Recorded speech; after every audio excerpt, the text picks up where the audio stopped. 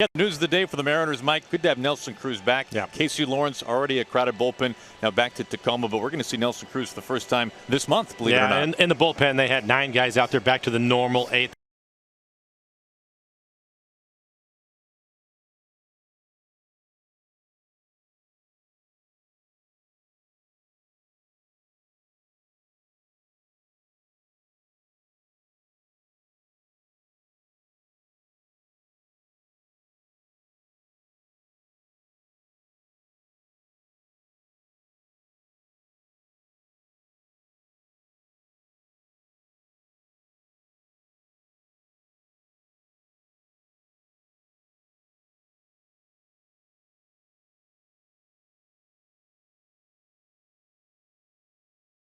Last night.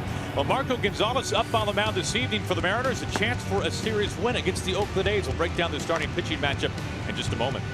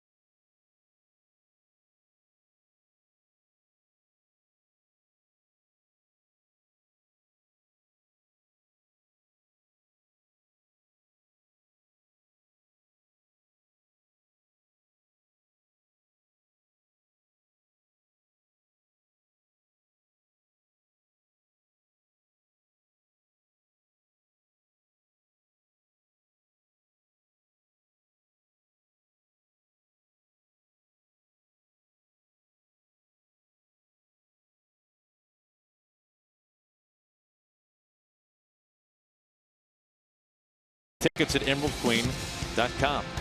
Another rainy day in Seattle. The roof closed. Mariners and the A's approaching first pitch. Well, last night, Mike, we saw Dan Altavilla and Edwin Diaz work out of the bullpen. Combined, they have both been electric so far this year. They have been with Dan. Of course, you're going to see his fastball 95 plus with the hard slider. And Edwin, he has been unhittable, literally unhittable this year. He has not given up a hit. And his fastball has been 95 to 99 miles an hour with the slider out of the strike zone. He did walk his first batter of the year, but you can see that right there, right on the knuckles. Just a good fastball running in on his hands. Retired 18 of 22 batters faced, 13 strikeouts this year. He has really been special. Now combined, they have been a sensational duo out of Scott Service's bullpen, and Diaz has been flawless so far this season. Might we see both of them again tonight? At least Edwin Diaz. Well, Kyle Seager last night, 3 hits, drove in a run. His bat really started to heat up. Mariners and the A's, the middle game of this 3-game series. We've got the first pitch coming up right after this.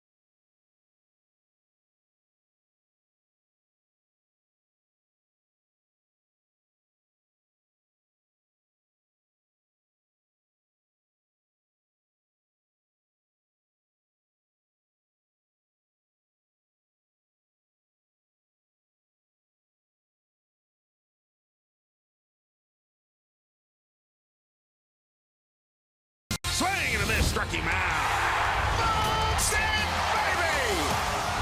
Let's play.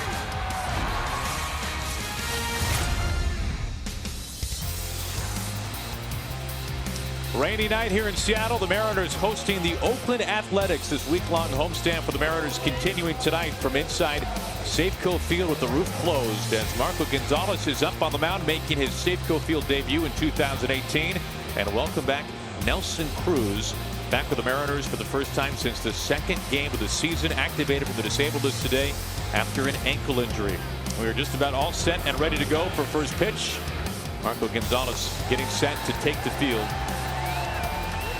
Marco coming off a rough start his last time out in Kansas City. It was a lengthy first inning on a cool night for Marco. Eager to get back on the Safeco Field mound for the first time this season.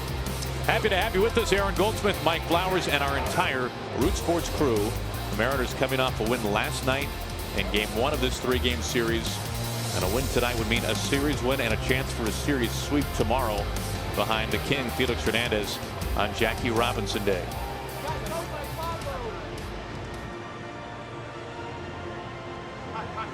Umpires meeting at home plate today as we speak, as today is salute to the military day at Safeco Field. Lineup cards about to be exchanged as well.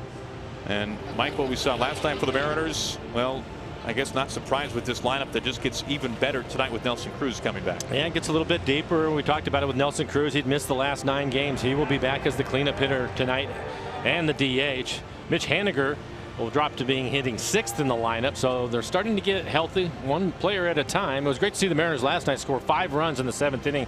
They were behind most of the game, but able to score 5 with a couple of home runs in the 7th to get the win. We talked about Diaz also picking up another save for him. He's been perfect this year. Marcus Semien at the top of the lineup, the rest of the lineup tonight. Yeah, for Marcus Semien, he was hitting 2nd last night, but with the left-hander Gonzales on the mound, he will hit leadoff today. Chris Davis, the cleanup hitter, want to be careful with him. A couple of home runs in last night's ball game. 43 home runs last year, 42 home runs the year before. So a dangerous cleanup hitter for them. Matt Chapman, he leads the team with 5 home runs. He will hit 5th in the lineup.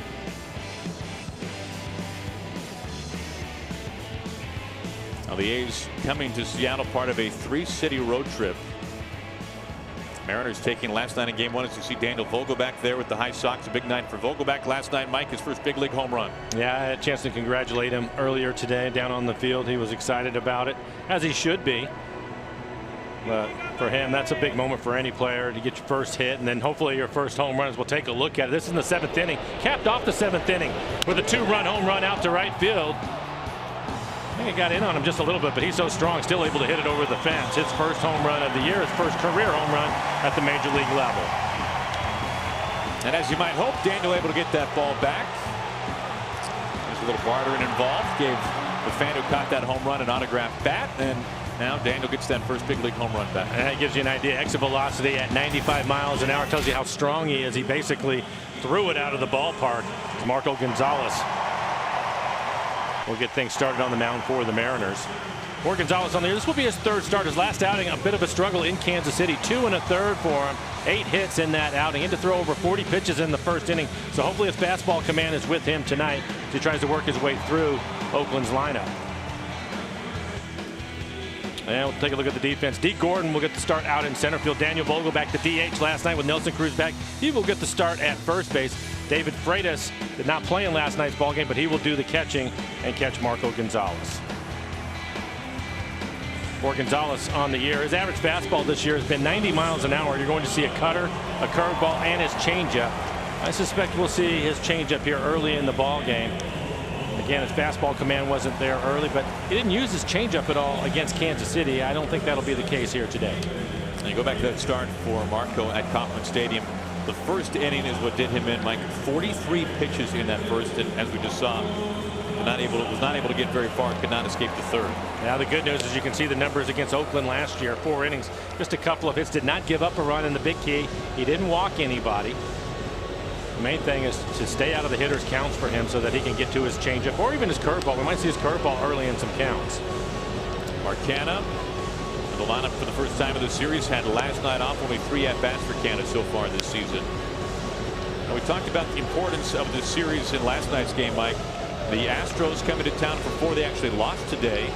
The Silver Boot series continuing for them against the Texas Rangers, but a big 4-game series at the end of this homestand. A chance tonight for a series win against the A's. Well, you're right, and that's why it was so important to come back in last night's ball game to win that game, so you have the chance to win the series here tonight. Robinson Cano, nobody has been hotter than Cano in the lineup, hitting .424 overall for the Mariners. Haniger in right field as usual. He has been fantastic all season so far. Now Simeon, who has reached base in every game so far this season for the A's, back at the top of the order tonight. Good start for Marco Gonzales.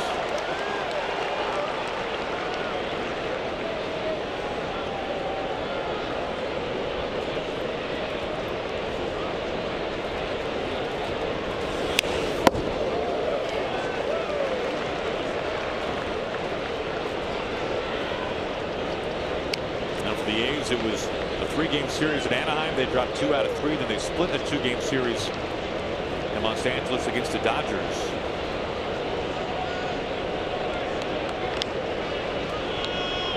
Marco's 0-2. There's the curveball. Quickly hit with a couple of fastballs. And for Marco this year with his fastballs, I mentioned it's averaging 90. At times he will touch 94 miles an hour when he's feeling pretty good. But the fastball up in the zone has been hit this year, so he needs to work down in the zone. Pretty good breaking ball. Strike 3 called. Good cut fastball.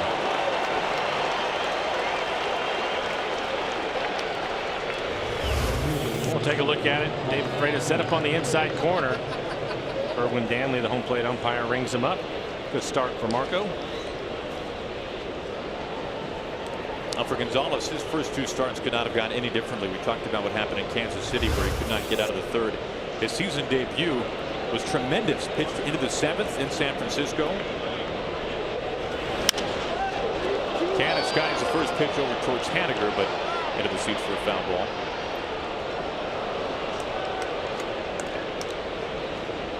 And no walks for Marco in that debut against the Giants. No walks and a couple of strikeouts. Well, even in his last outing where he really struggled, he had just the 1 walk, but it was the counts that he was in. 2-0, 3-1, 3-2 counts. City taking advantage of some fastballs and hitters' counts.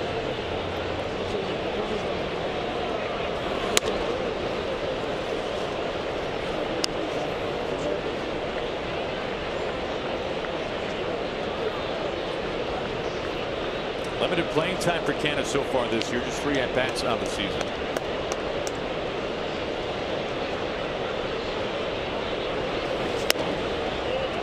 2 balls and a strike. For the Mariners last night, a come from behind win. Haniger's 3-run blast late. Vogelbach's home run added onto it. And Diaz another flawless night.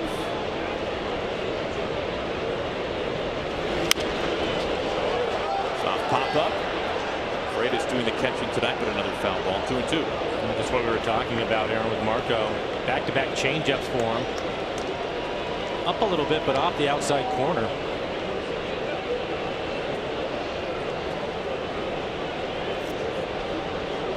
Gonzales pitching on his home mound for the first time this season.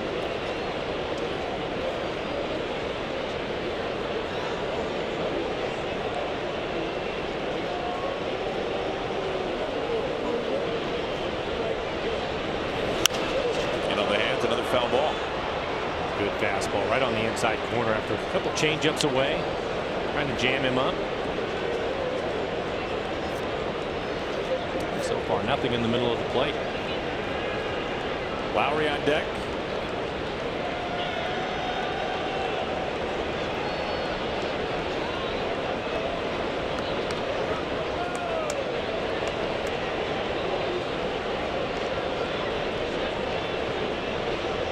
The 2-2. And on the knuckles again. Another good cut fastball just off the inside corner. Something that Marco will have to do, and he's certainly aware of it. But pitch on both sides of the plate, change speeds. So far we've only seen the one curveball.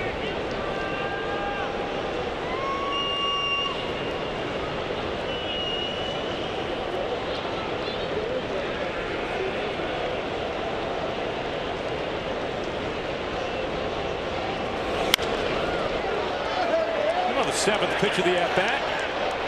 It'll make sure everybody stays clear. 2 outs.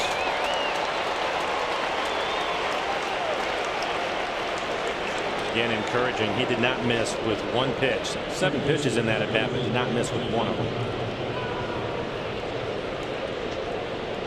Now for Marco this year, his first full season with the Mariners, his first full year coming off of Tommy John surgery.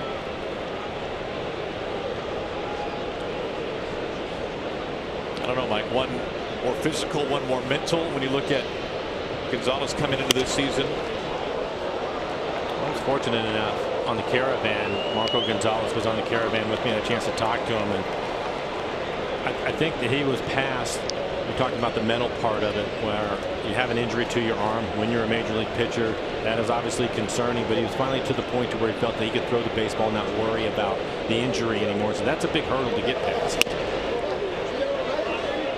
Not go 1-1. The rest of it obviously is being back on the mound, which he was there last year at the end of the year. He was not able to throw his cutter last year, which is a big pitch for him. In large part because of his changeup. But more than anything, just get back out there and compete again.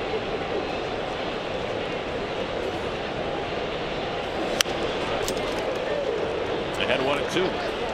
When you look at the A's this year, they've struggled a little bit against left-handers. Hitting .250 as a team with just 2 home runs.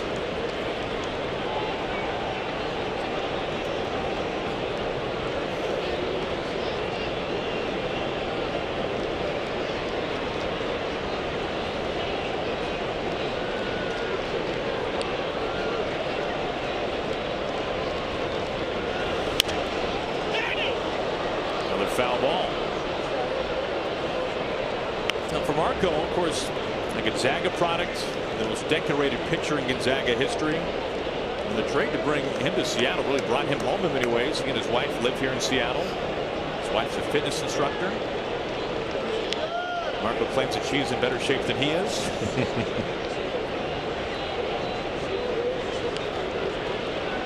Another 1-2. Cano out, Haniger in. Robbie's got it.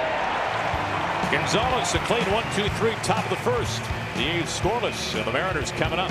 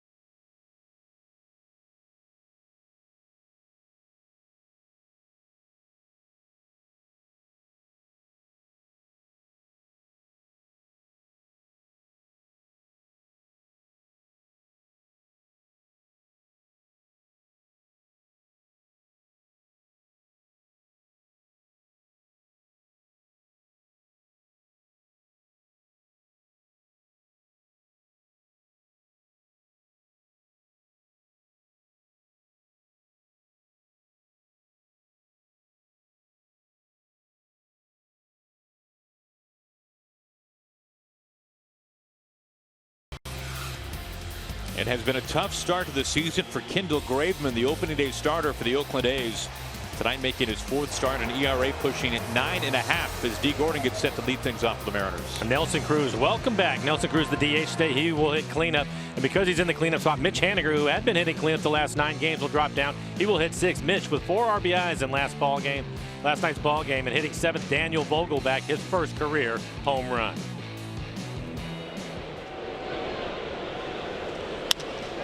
Gordon dumps this into left field for D. Gordon, a 12-game hitting streak.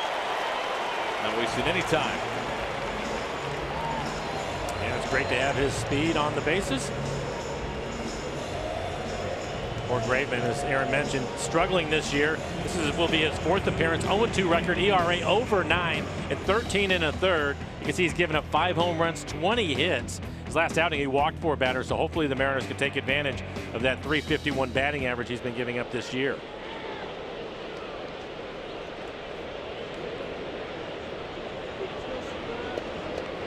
Here's Segura.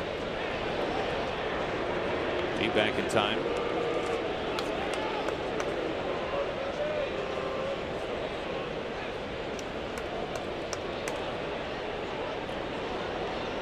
Good looking numbers for Segura to begin the season. As he looks at strike 1. Now for Graveman, he is tied for the major league lead in hits allowed and runs allowed. Daniel Menden, his rotation mate with the A's, has also given up 14 runs.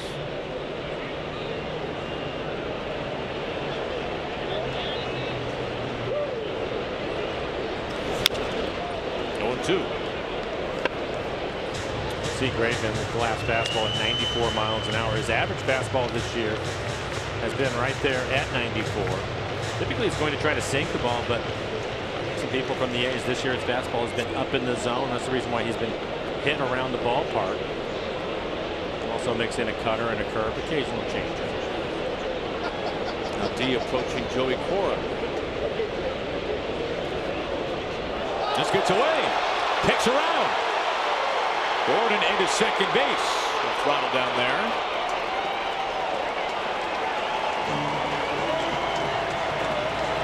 Maybe 1. Error on the pitcher.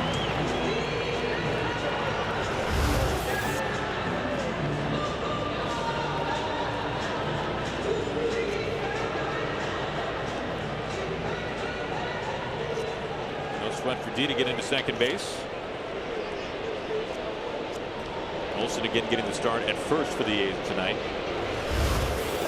Even with his long arms, couldn't get to that one.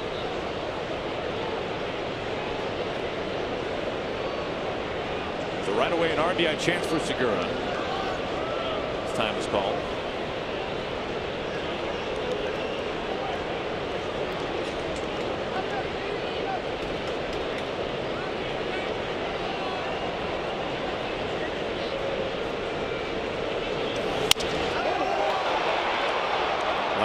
there at second base. One out, Gordon at second for Cano. We take a look at the rest of the A's defense. Trace Thompson will get the start out in center field. Did not play yesterday, his first start of the series. Just saw Matt Olson over at first base, was not able to help his pitcher out. And Jonathan Lucroy, the veteran catcher, will be behind the plate. Trace, of course, the brother of Klay Thompson, the former Coug and star for the Warriors. Red hot Robinson Cano. An 11-game on-base streak. Every game of the season so far.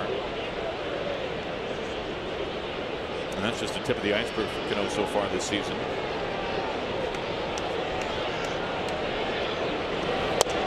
Robbie entering tonight, leading the majors in on-base percentage, leading the major leagues in OPS, having not hit a home run so far this season. 14 hits and 10 walks for Robbie. 4 doubles for him.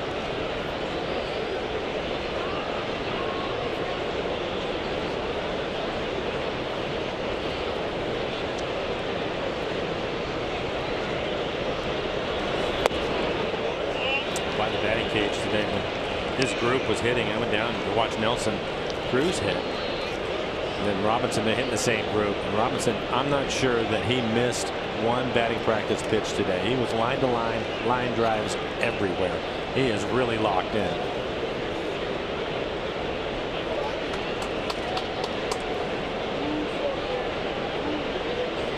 Has a chance to give the Mariners an early lead. Roy keeps it in front of him.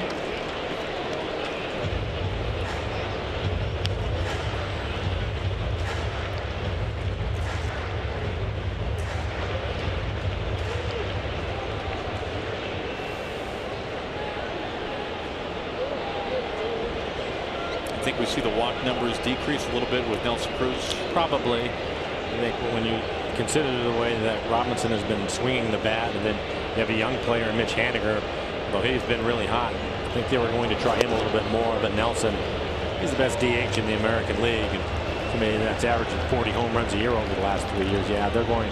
I think it's going to be a different situation. That's the reason why you have to like the length of this lineup when you have everybody healthy.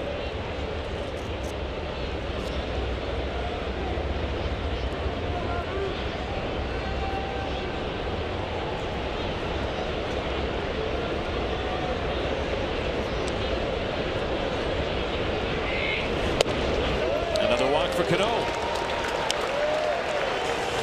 think Robbie's goal for this game, Mike, is to get his on-base percentage to 600 by the time the night's over. And that's an actual doable feat for Robbie. He may. You're right about that. His 11th walk already this year. Robbie at first, Gordon at second, and what a nice way to welcome back Nelson Cruz. Nelson Cruz has homered in every game that he's played this year. Small sample size, Mike. Well, yeah. Nelson, of course, playing in the first 2 games of the year. Hit a home run in each of them before he went on the disabled list.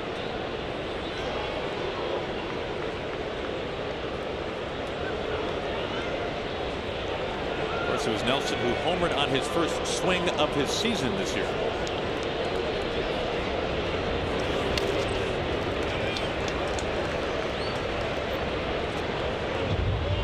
And you talked about Cruz coming back in the lineup, of course, moving Haniger further down. This is just the beginning of the foreshadowing of what we'll see at the end of this homestand. We'll be seeing Gamble, it sounds like, at some point in the Astros series. And of course, Healy still on the men. Zunino, same story.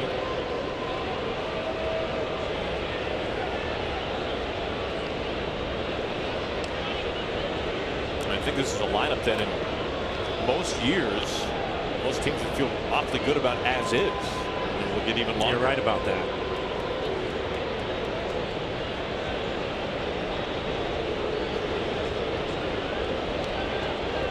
One out and 2 on for Cruz. We had Jerry DiPoto on with us yesterday, and I think one of the things to keep in mind for Nelson is obviously coming back from the ankle, and they also had a quad, as Lucroy is going to go out and have the first visit of the evening. But I'm not sure how well Nelson will be running. Again, watching him hit today, that was not a problem for him at all. But I think this is a situation where Scott Servais is able to get him in the lineup. We heard Jerry, Nelson wanted in the lineup yesterday, and they had to hold him out one more day. but going to trust him to take care of his leg. He's so important to this lineup. You want him in there to swing the bat.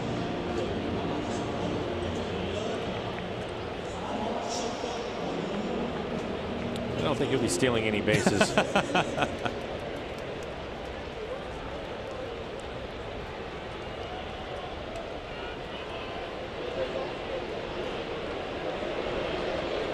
Lawrence being optioned back down to Tacoma. And for Graveman, a slow moving bottom of the first. He has Gordon at second, Cano the walk at first.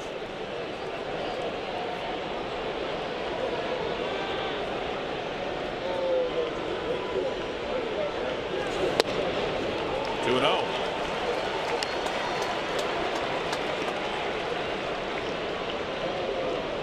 For Kendall Graveman, you have to figure he's thinking, why could I have not started last night when Nelson Cruz was still on the DL? Nelly 14 for 22 against Graveman for his career.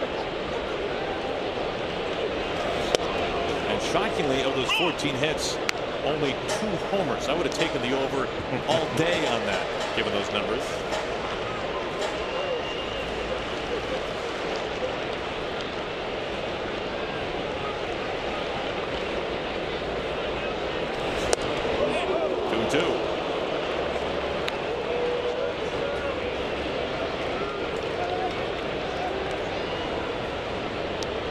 Seager waiting on deck. Kyle had a good night last night. He hit 3 hits, including a double. Drove in a run.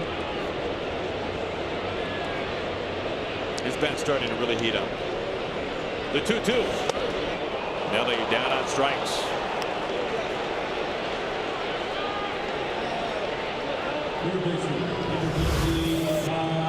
A couple of 2-seam fastballs right under the hands of Nelson Cruz. Both of them in off the plate.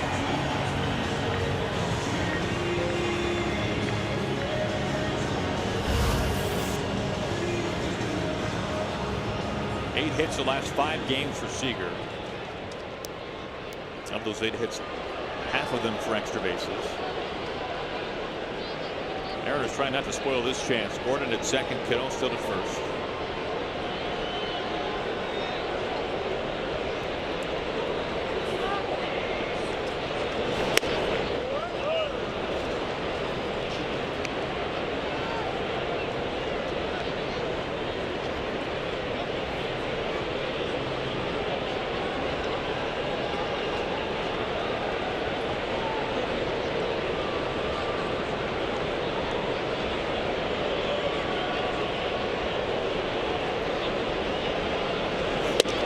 Splits this year for Graveman pretty extreme. Now, granted, just 3 starts. D. Gordon continues to draw some attention. Lefties like Seager batting .500 against Graveman, 10 for 20. There's only 1 strikeout against a left-handed bat.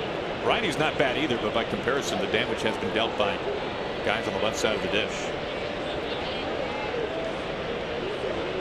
And the 2 outs here in this inning, both of them right-handed hitters. D. Gordon with the 1 hit. And Cano the walk. And now Seager up at the count 3-0. Well, typically has the green light to swing 3-0. But he has been hot lately. Mentioned the 3 hits last night. Graveman trying to keep the ball away from him.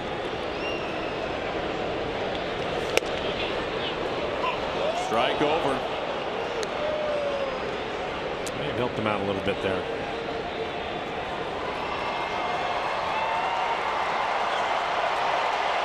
One of the hits for Kyle last night.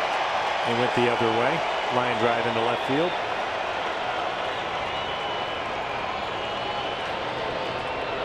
Won't take much to score D. Gordon from second.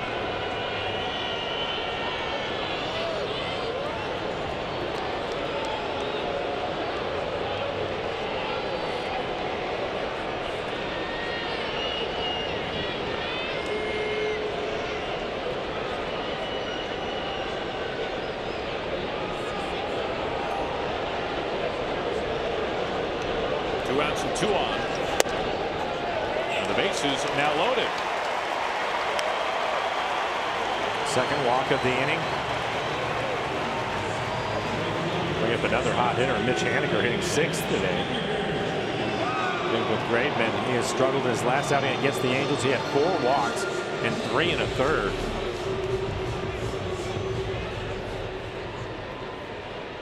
Haniger leads the team in home runs and RBIs.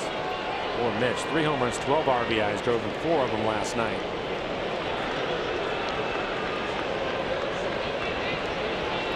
Bags packed, 2 outs. Strike 1.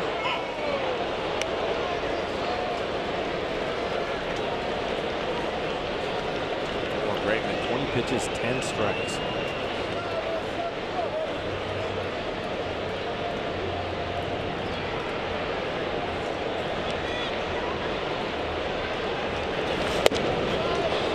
Behind 0-2.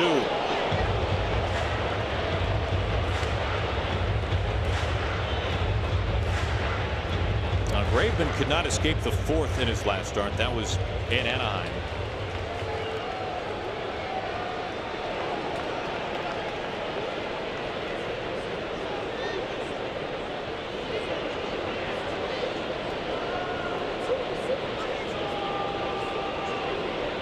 Oh, 2 on the way.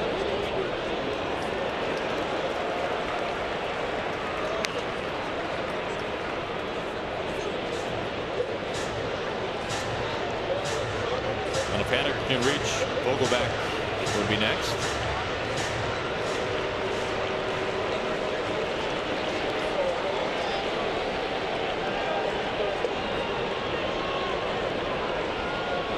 With a 1-2.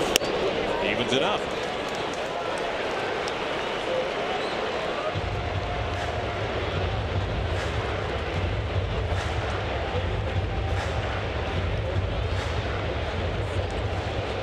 Graveman typically works quickly, and you can tell that he's had some struggles with how long he's taking in between every single pitch. It's been difficult this year, and situation for him here with the bases loaded. And he's able to wiggle off the hook. The Mariners leave him loaded. A lengthy bottom of the 1st for Kendall Graveman, but we remain scoreless.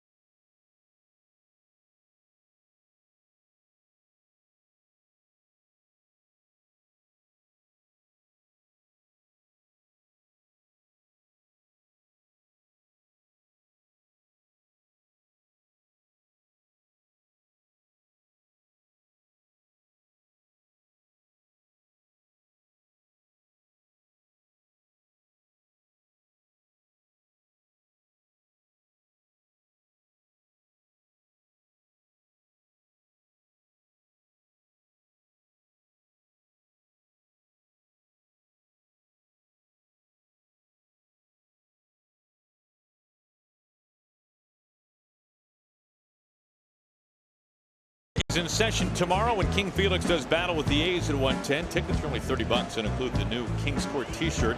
You can cheer on Felix and the Mariners by picking up your tickets right now. All you have to do is go to mariners.com/Felix. Hope to see you tomorrow. Jackie Robinson Day. All around baseball, one of the great days on the just the baseball calendar, the sports calendar. Chris Davis, middle 3rd of the order, due up here in the A's 2nd inning. We saw firsthand the damage that Davis can do. Last night, 2 home runs. If you can believe it, since the start of 2016, when Davis came to the A's from the Brewers, Mike, he is tied with Giancarlo Stanton for the most home runs in the majors. I'm sure many would guess that. No, and you can see that a number of them against the Mariners. 16 home runs against the Mariners in his career, including 2 of them last night. Meanwhile, for Marco, 17 pitches in the first 14 strikes. Yeah, that's great to see. And saw him mix in his curveball and his changeup early. Pretty good cut fastball. Number of fastballs inside to the right-handed hitters.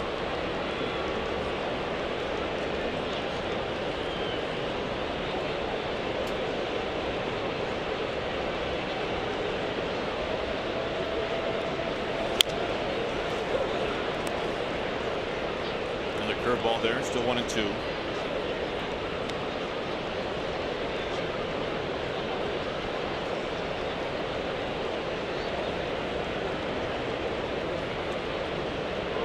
Cano able to reach base in the first inning, the bottom of the first, with the Mariners leaving them loaded.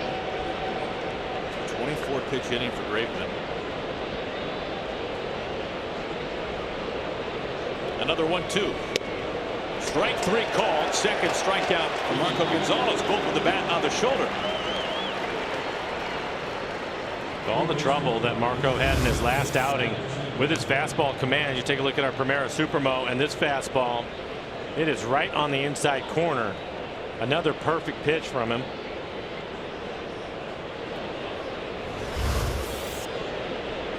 Second strikeout, both of them looking.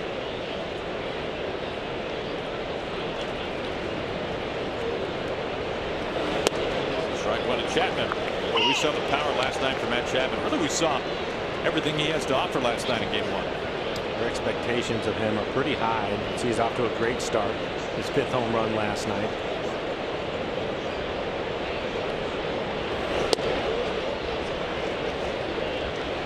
Very good defender too. Good third baseman. And those 5 home runs, as many as the Tigers have as a team. One more than the Royals have entering today. Drops in another strike. The curve. Talk a lot about his cut fastball and his changeup. I think his breaking ball is a good pitch for him to get back into counts or throw it early to steal a strike. It's not necessarily a pitch that you'll see him try to get outspread. More times than not, it'll be his changeup. There, it's a great changeup down out of the strike zone again. That's his best pitch. 83 miles an hour and well located. His 3rd strikeout.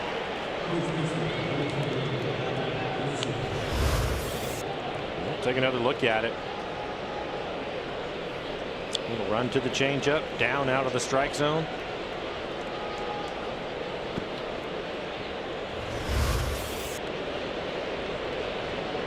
Two up, 2 down. Here's Matt Olson.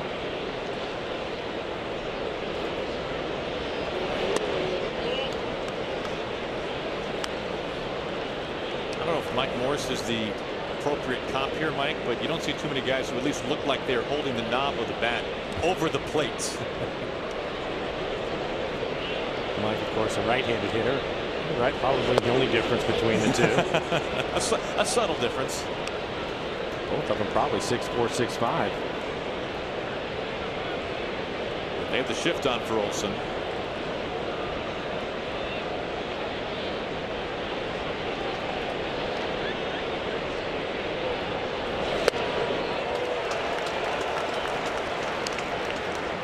Olson last year finished the season on an absolute power tear.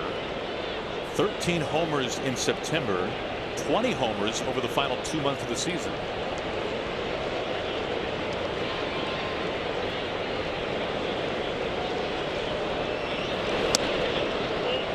Marco behind 3-1. In fact, the first 3-ball count from Gonzales.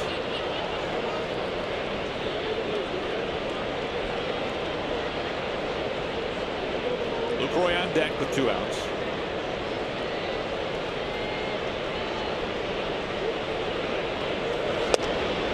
Now full.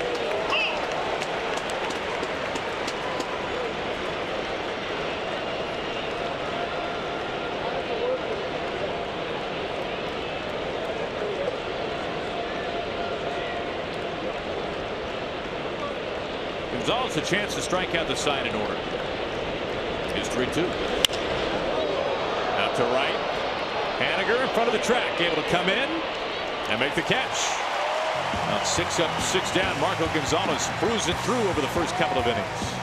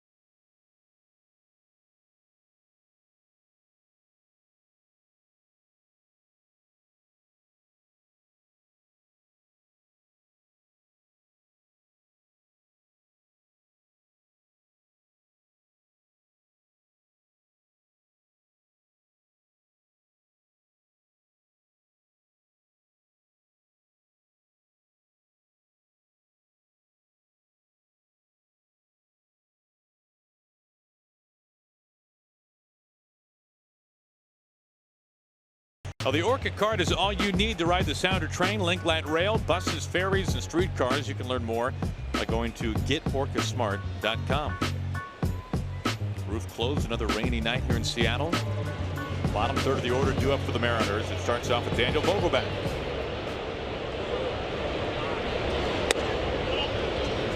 Vogelbach, of course, fresh off his first big league home run coming last night.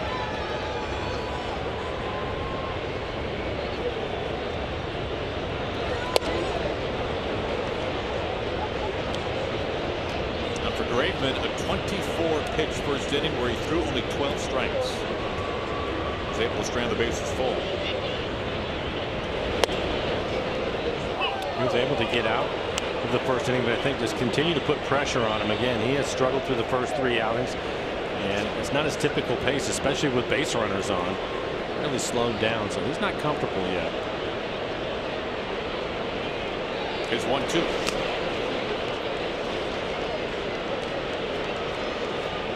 That curveball is a pitch that he throws pretty often, and it has been clobbered so far this year. To an average well over 400.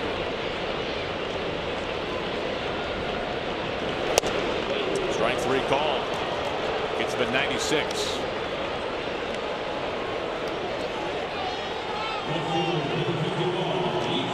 There's Ichiro. And set up on the inside corner, started in off the plate. Pretty good run to it. Like it did catch the corner. I mentioned that he's had his struggles with the curveball. His changeup, one's hitting 500. His fastball's been a good pitch for him. 256 average on the fastball. Fastball here for a strike.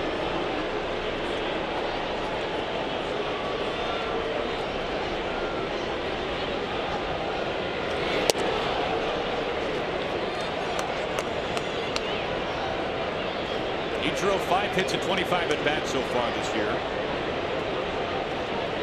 Adding 8 tonight for the Mariners. Over to Olsen at first base for out number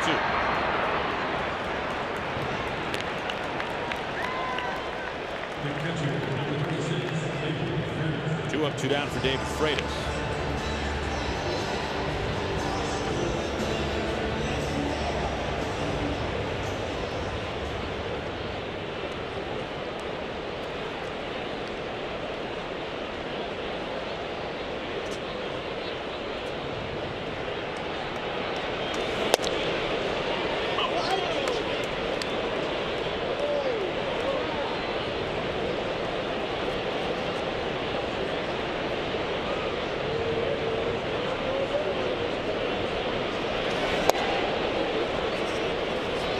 1 strike to the Mariners' number 9 hitter.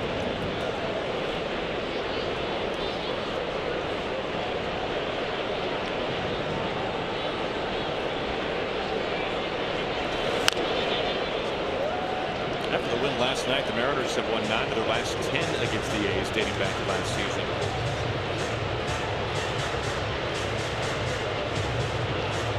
A win tonight would mean a series win for the Mariners. It's the first series at home for the Mariners since the opening series of the season against the Indians.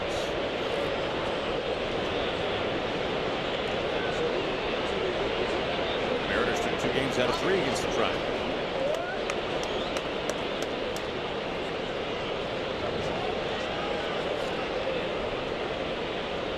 Scott Service in his ball club this series, also marking the first time facing an opponent within the division.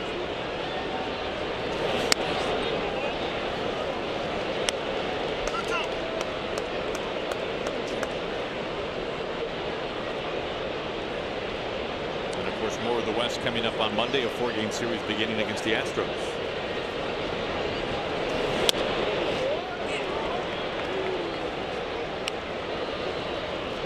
Pregame walked 2 in the first inning. Now a full count to Freitas. D. Gordon waiting on deck.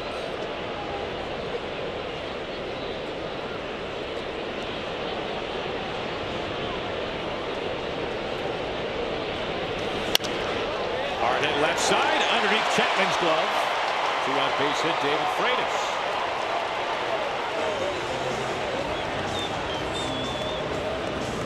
Well, the Mariners are proud to recognize the brave women and men who have served in our nation's military with our Salute to Those Who Serve program. Visit mariners.com/military to nominate a military hero for an on-field recognition at Safeco Field.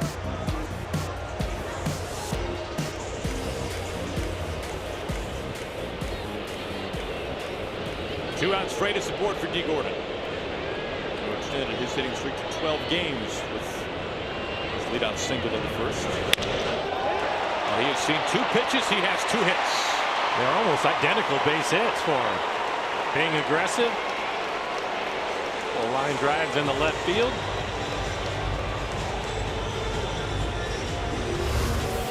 We'll take another look at his swing again. Never trying to do too much with the baseball. Pretty good look at our Primera Supremo in the swing by D. Gordon. Fastball just above the belt.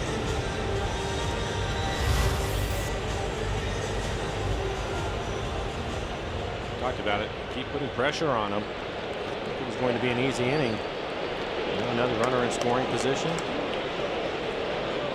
And now the next pitch will be number 40 for Graham.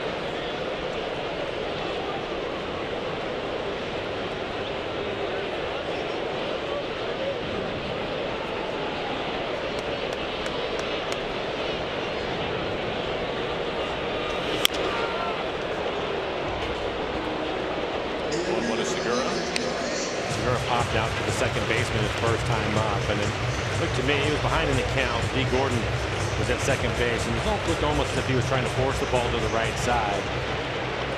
Fortunately, it was in the air, so D wasn't able to advance.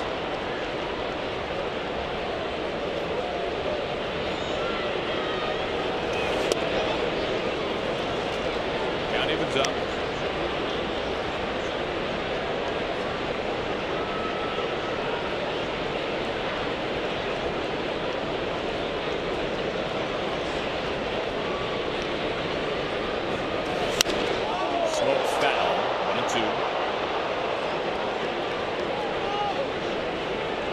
You look at this top 4 in the order for the Mariners this year. Gordon, Segura, Cano, and for the most part, Mitch Haniger, Nelson Cruz, of course, back tonight. Now, those 4 lead the majors in average and in OPS. And they have combined to hit nearly 3 1/4.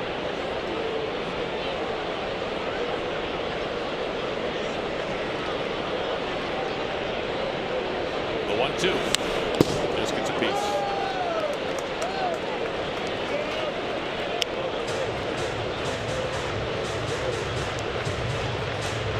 24 pitches in the first inning, and this will be pitch number 20 here in this inning. Not the recipe for a long night for Graveman. He hasn't been able to work past 5 innings so far this year. And this is his 4th start. Cracked out to left field. Segura looking for his first of the season. There it goes. Mariners on top. 3-run jack. Gene Segura. Mariners lead it 3-0.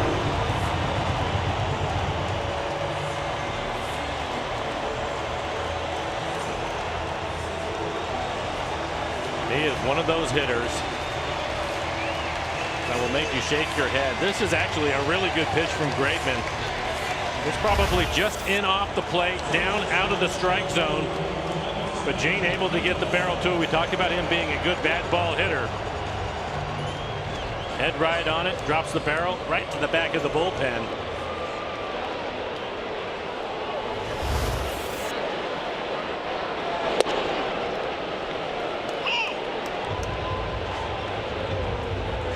Mike, you said it a few moments ago. This looked like it would be a quick, smooth inning for Graveman. Let's keep putting pressure on him. 0-1 to Robbie. It's an 0-2. But 2 outs. It was Freitas with the single, then Gordon the single, and Segura blasts it off. Scott Turbers will be happy to see that it was a catcher.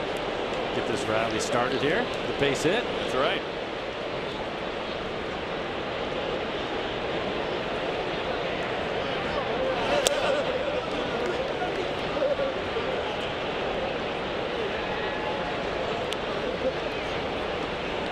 You know, we've talked so much about D. Gordon, Mike. We've talked so much about Cano. I feel like in comparison, we haven't said much about Segura. He's hitting essentially 350 entering tonight. Have to now that he's hit his first home run of the year. Just gets a piece back to the glove of Lucroy to finish the inning. Well, Gene Segura out to left field. Number 1 in 2018. The Mariners on top early.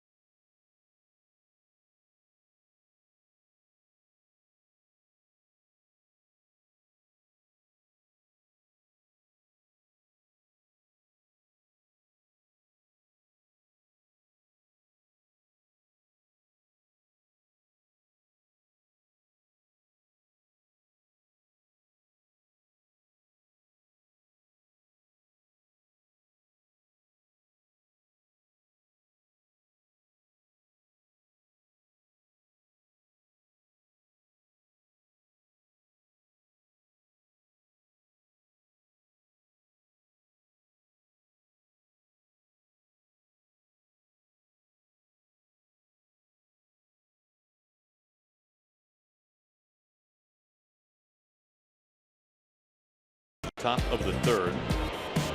Gene Segura, a 3-run shot with 2 outs. First pitch to Lucroy comes in for strike 1.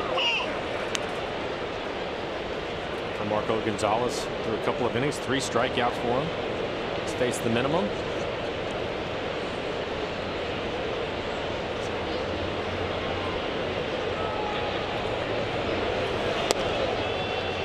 Ahead 0-2.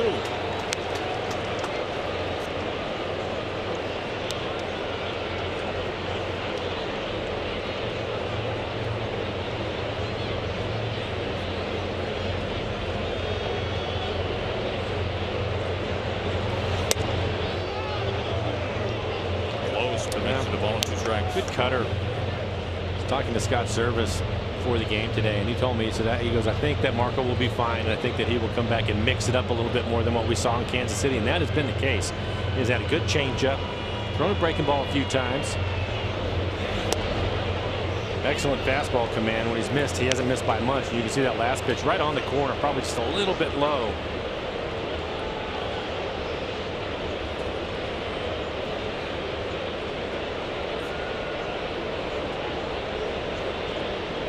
Now the 2-2. That was the first bad changeup we've seen from him. Stephen Piscotty, number 8 hitter for the A's, waiting on deck.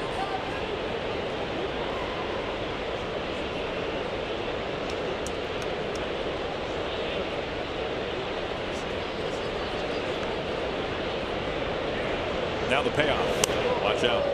First base runner tonight for the A's. Leadoff walk to Lucroy. Tuesday is Bark at the Park night right here at Safeco Field. For just $50, you and Man's best friend will receive tickets to the game, the Mariners giveaway, and the chance to walk around the bases post-game. Visit mariners.com/bark for tickets. Astros coming to town next. Lucroy aboard for Piscotty.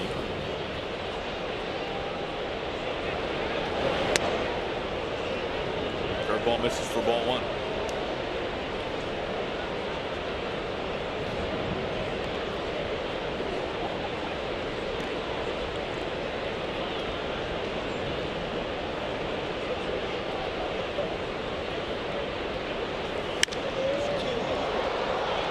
Angling back on it.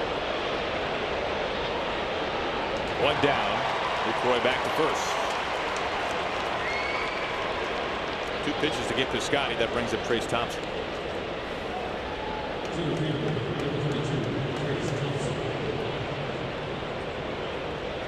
Now Trace only 6 at-bats so far this year. Just a couple of games with the A's.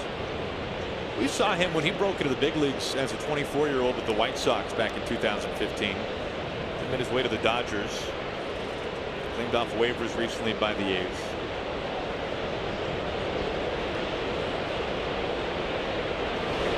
Might not have quite the 3-point stroke that his brother has, but has a little more power. You mentioned when we first saw him, I had higher expectations for him. I really thought that he was going to be a very good player. Obviously a tremendous athlete, runs well, pretty good throwing arm.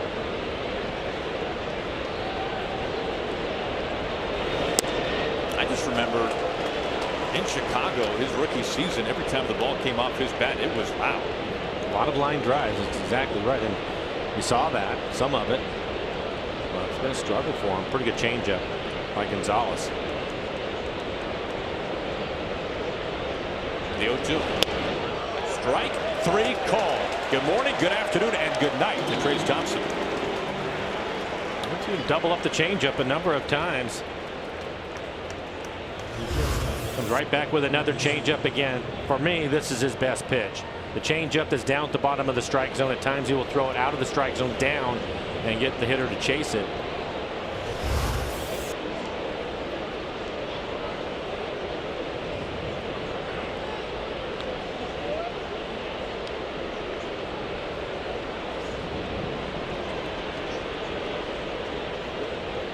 Top of the order here is Simeon, who struck out looking on a fastball back in the first to begin the ball game.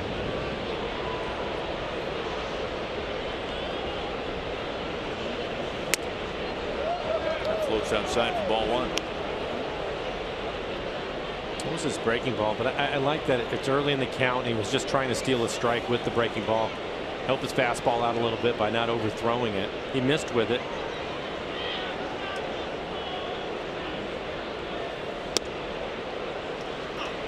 Changeup again. Really good feel for his changeup so far this evening. I think for a pitcher who throws that pitch, is that an offering that can come and go more than other because of the feel that you have to have for it? You know what? For me, watching him, it's really not the case. It's more of his fastball command. This is corked down the line, left field, fair ball, and it goes right over the yellow stripe and bounces back out of the field. Steam it around, throw home, play at the plate, off Freitas' glove. Lucroy scores, play at the plate again, got him! Gonzales down with the tag. I think they may take a look at it. Got service out of the dugout. I think the ball hit the track and bounced over the fence, which would make it a ground rule double, so the runners would be at second and third. And I think you can see Scott out of the dugout. Has nothing to do with the play at the plate. I can almost guarantee you that's what happened. That's what it looked like to me. It looked like it hit off the angled wall by the foul pole. We'll go back to the plate. Here's Lucroy, the first runner. Kind of an in-between hop for Freitas, the catcher. Not an easy play with the catcher's glove on.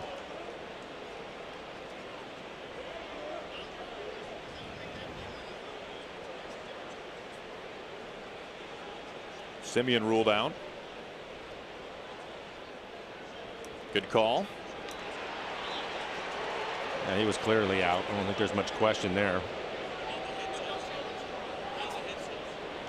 Umpires are going to the headset. Again, I don't think it has to do with anything at the plate. It's more they thought the ball bounced over the fence.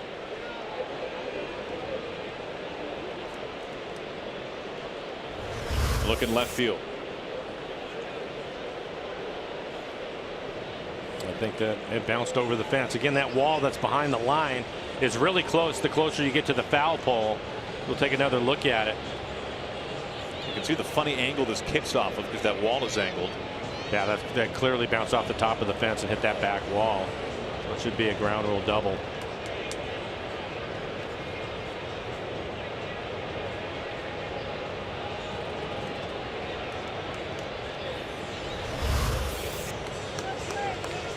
This should not take much time.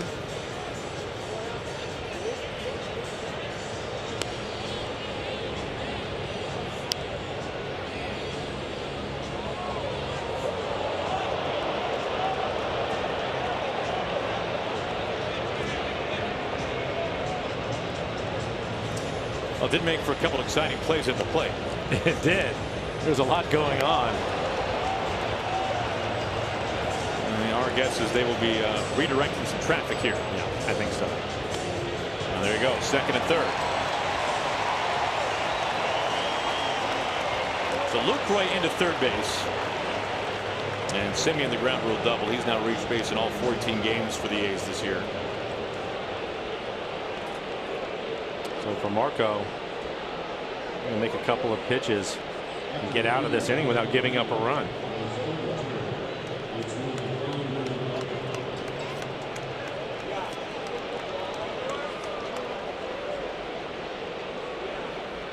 Got to tell you, Mike, you've seen more ball games here than I have. I've never seen that particular play happen at Safeco Field before.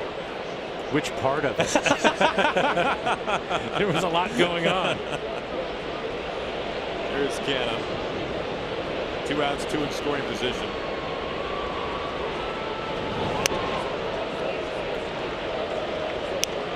Nothing else. Marco showed off the fact that he can cover a bag all right. We talk about that. He's a pretty good athlete, and he showed it right there. The throw was a little bit wide of him, but still able to make the catch and put the tag on it.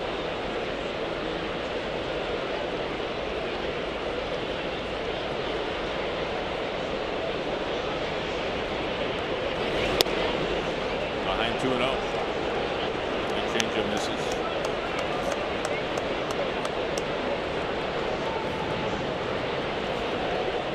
Get into him right here. He had first base open. They started him with the breaking ball miss, and then he came back with the changeup that also missed.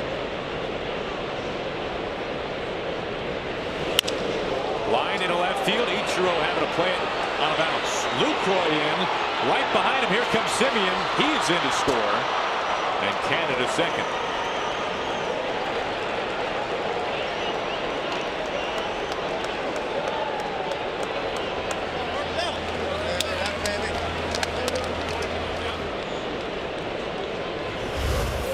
Take a look at it. It's down in the zone, but he was able to dig it out. Solid line drive into left field. Well, I thought he had a chance to throw Semien out, but he has a lot of speed and the ball up the line.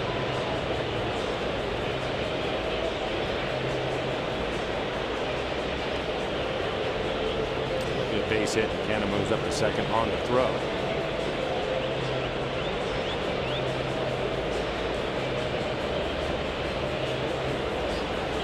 Meanwhile, Mel Stoudemire Jr. out for a visit.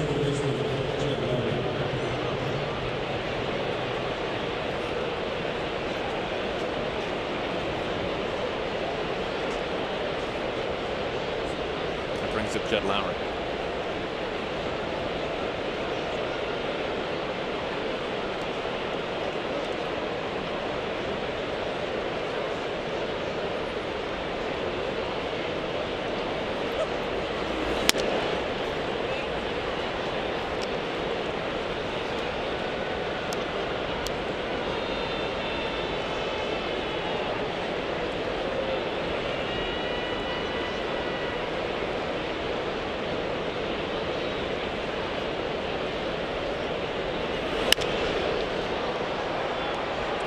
Chasing this back towards the corner.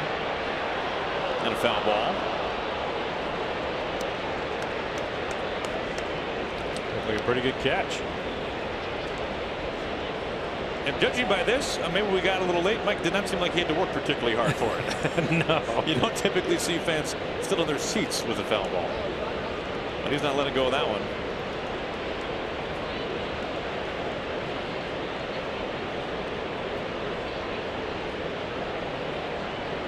Now 50 pitches for Marco.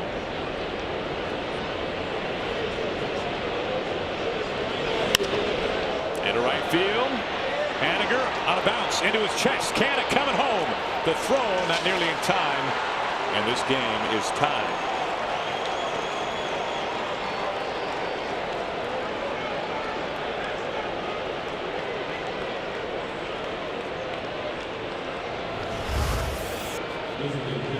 We'll take a look at it. Solid base hit into right field. Another line drive. Haniger has a strong throwing arm, but it was up the line. It skips off the grass. Leadoff walk, a couple of outs. Looked like he was going to have a quick inning. And then 3 straight base hits. And a dangerous hitter at the plate now.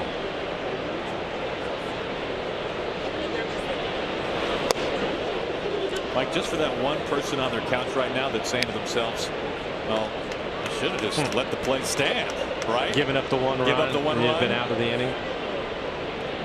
Obviously, you want Marco to be able to have a chance to finish the inning unscathed. It's easier to say that now that you know what the end result was, but you're always going to try to get off the field without giving up a run. It just didn't work out for him, especially with the way that he'd been throwing the baseball.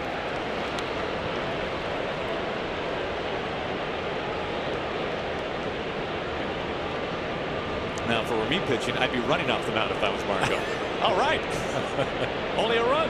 That's why you're sitting up here next to me, Aaron. And I'd be thrilled with my plate to play. 1-2 now on Davis.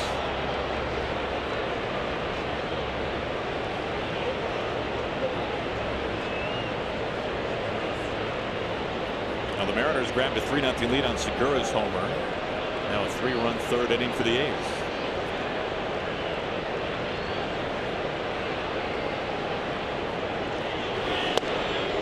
I think that we hear from Scott after the game, that's a play and a decision that he would make every single time. It just didn't work out for him. Absolutely.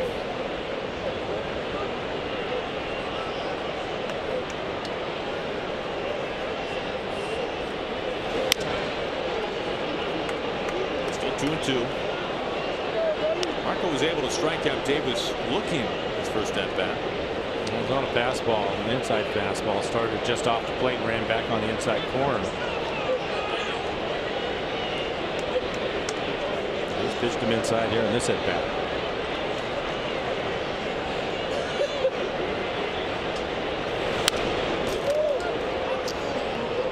Cut fastball that he missed his location. That's a dangerous area with Davis. A lot of power to all fields.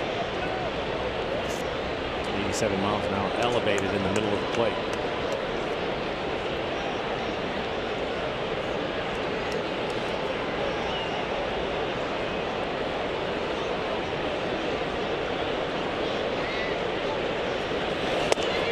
Down on strikes. And cuts him that time. Davis, a couple of punch outs, but a 3-run third inning for the A's, and we're tied.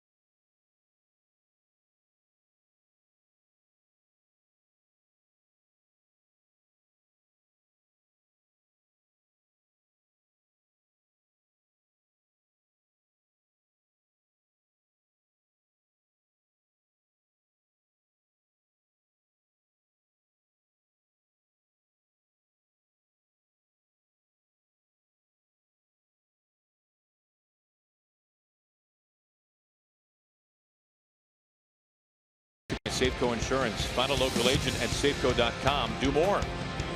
And by Amtrak Cascades. What a beautiful way to travel. Visit AmtrakCascades.com. Another rainy day here in Seattle. This game all tied at 3. The big bats coming to the plate for the Mariners here in the home third, though. Cruz, Seager, and Haniger. Nelly activated from the disabled list today. He has been out since the second game of the season. Final day of March. Meanwhile, Graveman in nearly 50 pitches to get the first 6 outs.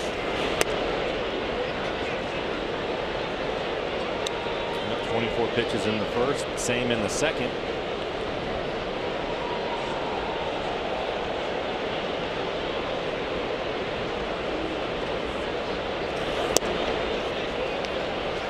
Ahead 2-0.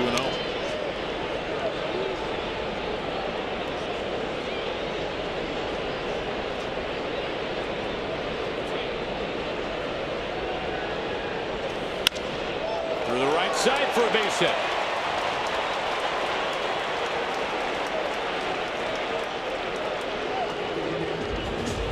Cruz's first hit this year that's not a home run. The good news is a base hit. Didn't take him long. Second at bat. Being activated tonight. Have a look at our Primera Supermo and the swing by Nelson. Jammed him a little bit.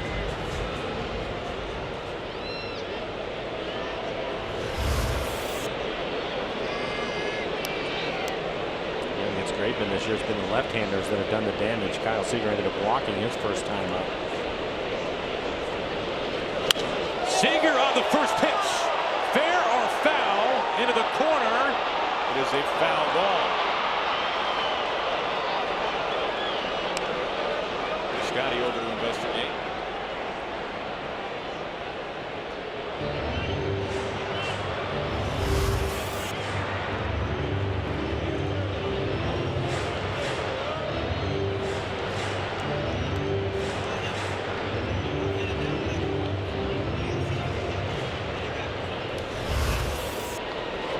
One on Seager.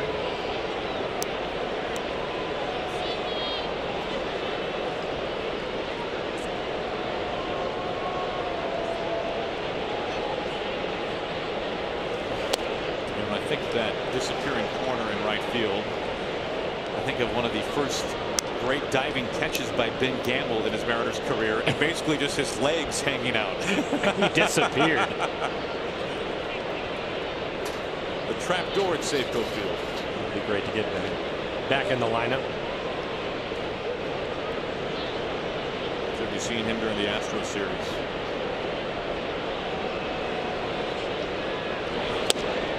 Two and one.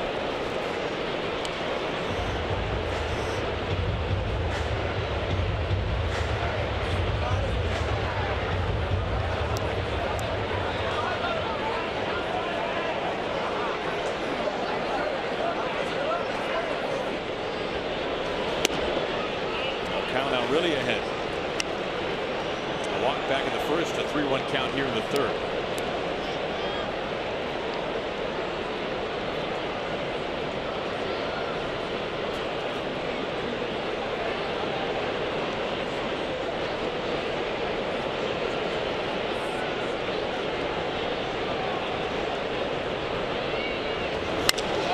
The gap and right center. Down for a base hit. Cruz making his way into third base. Kyle Seager continuing to heat up. And a great situation for the Mariners. Looking at third, nobody out. Kyle with 3 hits yesterday has already been on base twice. He had a double in yesterday's game. And another double right here to take a look at the swing. That is on the barrel. Time up the fastball. And Nelson just protecting himself. He's able to get around the bases, no problem. One of the things that Jerry DePoto talked about yesterday, Scott Servais having to trust him, and he will not push it.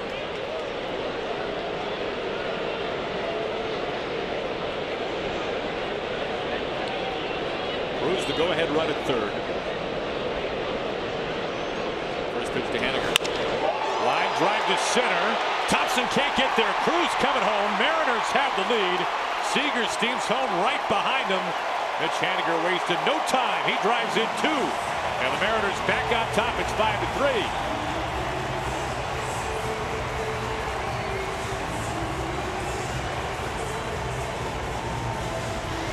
And I guess it doesn't matter to Mitch Haniger, hitting 4th or 6th in the lineup. Had 4 RBIs yesterday. Picks up a couple right here. See his head, eyes right on the baseball, barrels it up, solid line drive into center field.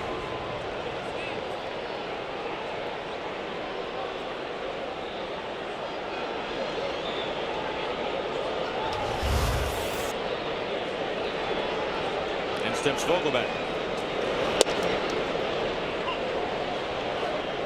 Now for Graveman, he has given up now no fewer than 4 runs in a start this year. In fact, he's given up 5 runs now, 3 times in 4 starts.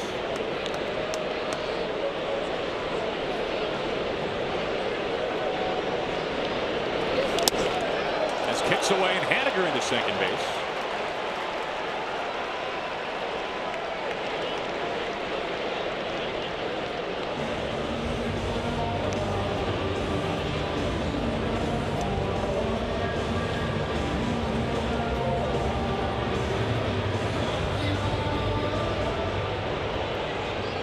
Graveman has been pitching with traffic on all night. Next pitch is number 60. Well, this is his 4th start again. He has not worked past the 5th inning.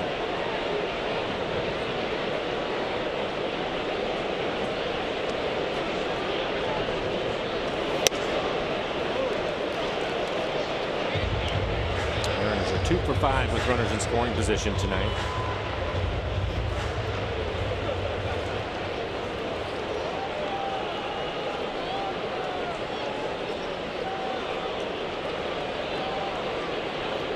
Two on to Vogelbach.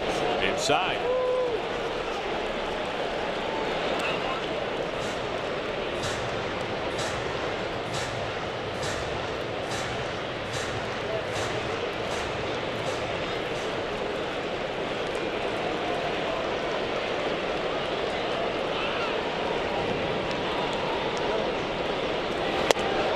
Full count. Damon helped him out a little bit, being too aggressive on the 3-1 count.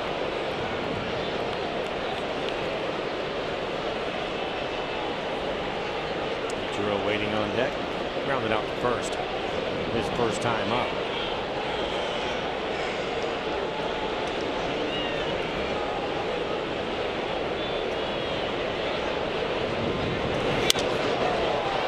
Hook foul.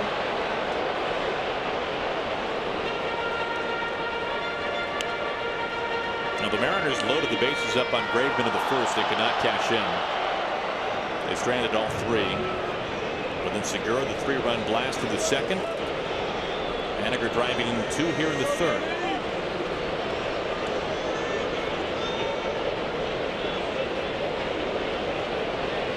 And a chance for more.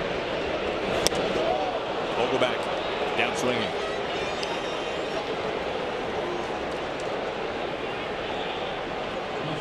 We'll take a look at our CenturyLink What's Next tomorrow, the series finale. The King making start number 4, going up against Sean Manaea. Tough lefty we've seen a number of times. Manaea off to a fantastic start. 16 punch-outs, 2 walks. A 1.74 ERA.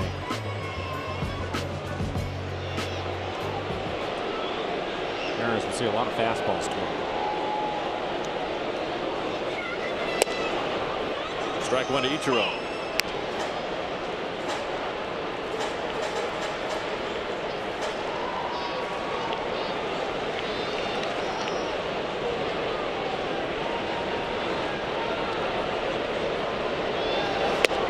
Talk about the pressures and expectations of those in Japan.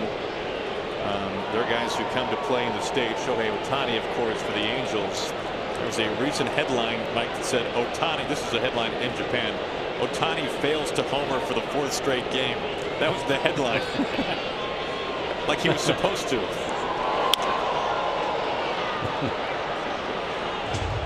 I guess he's made it look pretty easy up to that point. You're right. 1-2 now on Ichiro.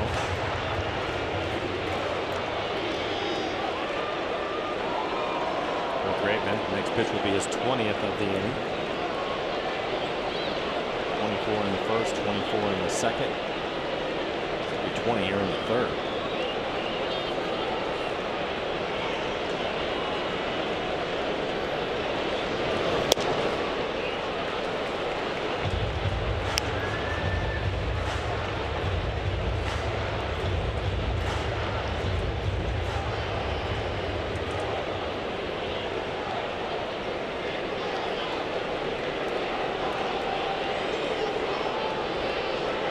The 2-2. Check swing. Simeon charging. Gathers. In time.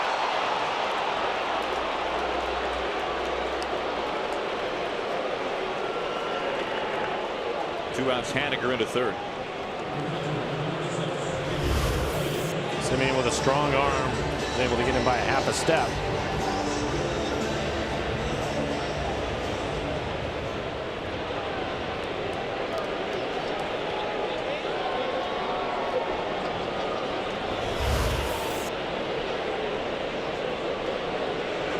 Two outs. Haniger 90 feet from home here at Freitas. And he looks at ball 1.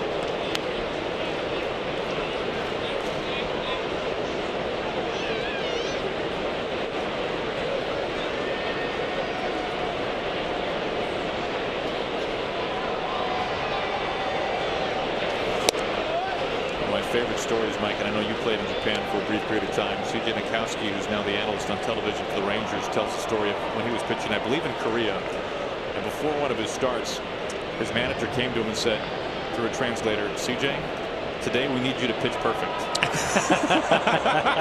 How'd that go? And he said, if I could pitch perfect, I wouldn't be in Korea.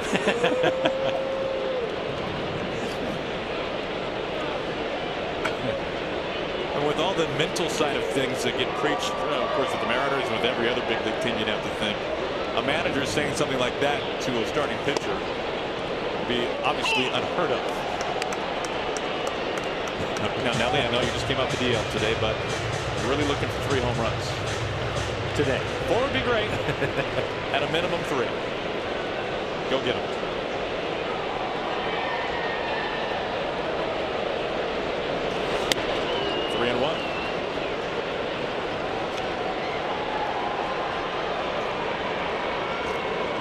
Now, D. Gordon has seen 2 pitches. He has deposited both into left field for singles. On deck. Into left field. Canna underneath. To end the inning. The Mariners strand Haniger in third, but Mitch drives in a pair. And through 3, the Mariners now have the lead.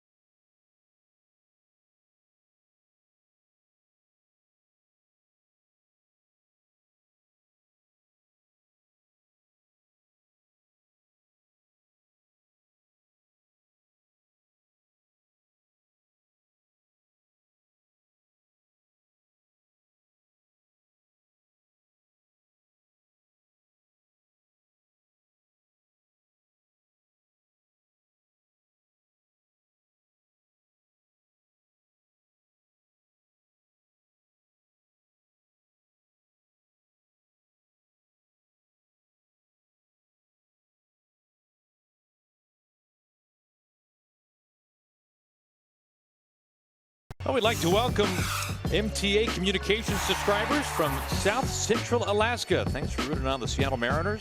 Mike, myself, and all of us at Root Sports and the Mariners, we certainly appreciate you tuning in. Appreciate your support as well. Hope you're staying warm.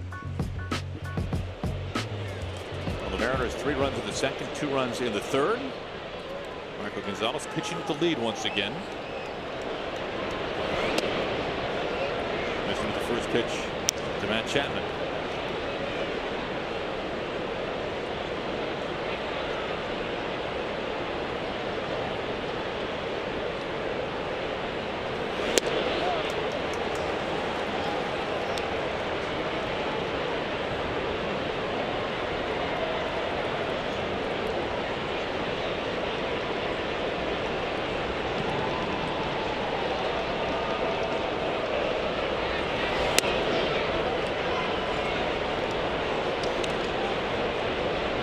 Goes down as ball 2.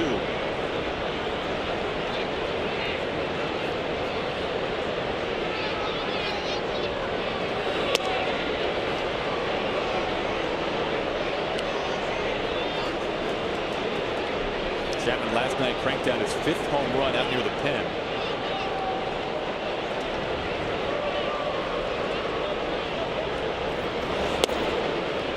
And a strike.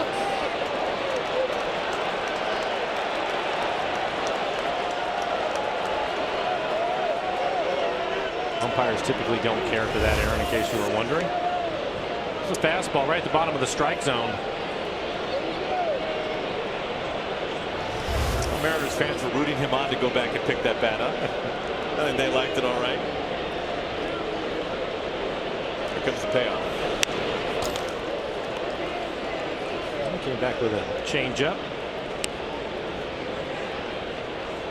Like I always thought, the younger the hitter, the more you could get away with that. He did. Tight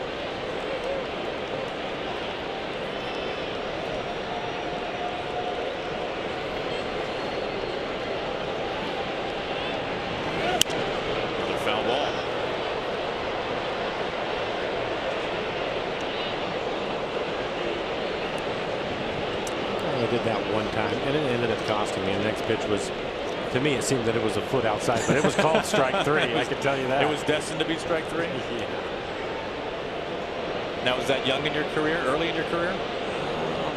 Midway, I would say. When, after 95, when I was traded to the Dodgers. My very first game in the National League ballpark. At that time, they still had National League umpires and American League umpires. Oh, yeah. So good first impression. Not so much. That didn't work out too well for me. Learned my lesson, though.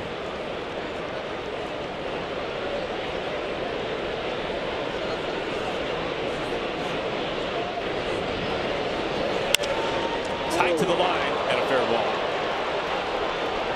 And Chapman glad he did not walk after all.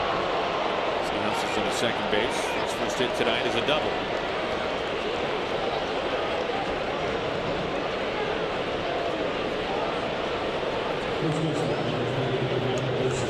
Ninth pitch at bat for Chapman.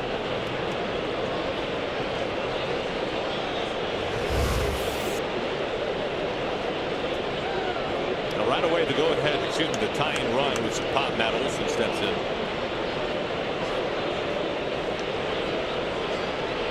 Olson flew out to right field last time up.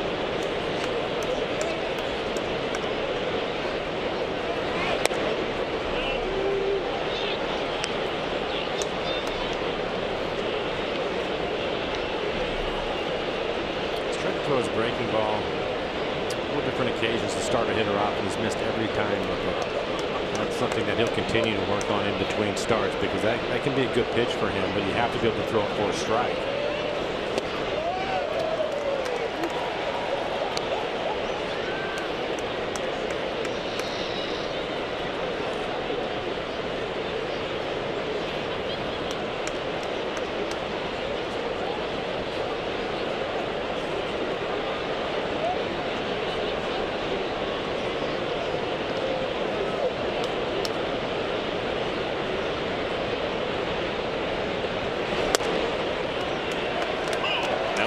1-2.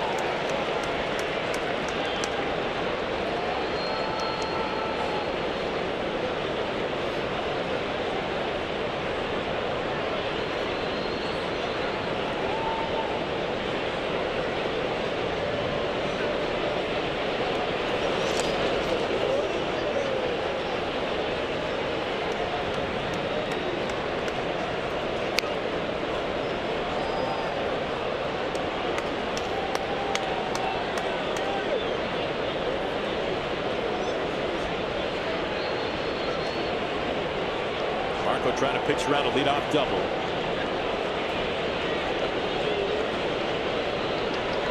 On the way to 2-2. Gets him. First two men reach the double out hit by pitch.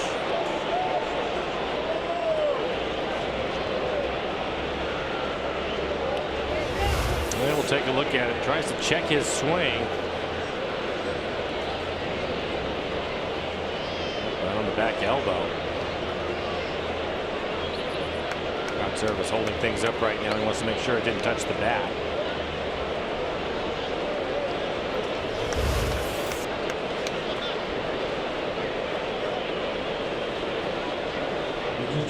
Challenge. Hit batter Marco.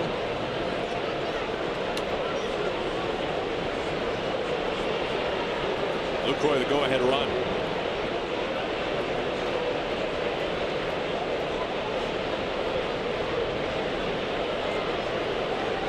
Nobody out, 2 on. On a first pitch strike.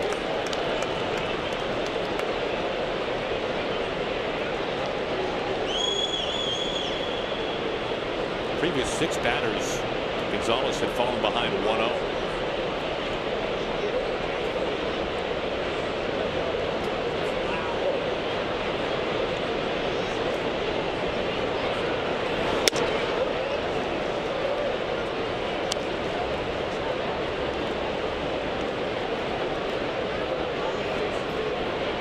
Really cruised through the first 2 innings.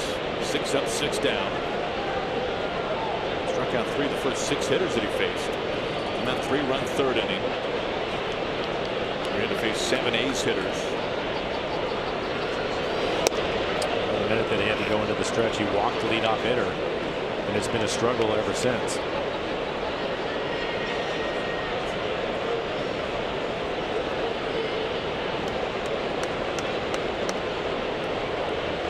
Jason Bradford beginning to stir.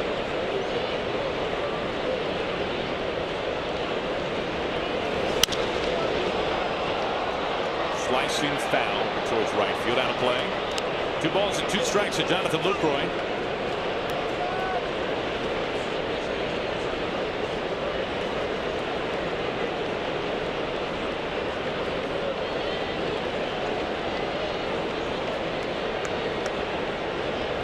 For years, one of the best catchers in the National League with the Brewers.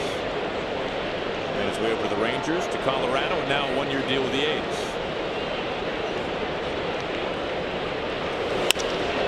Slug to center. Gordon's had a pretty quiet night defensively so far. Out number 1 as Chapman quickly hustles into third base. 1 out, runners on the corners.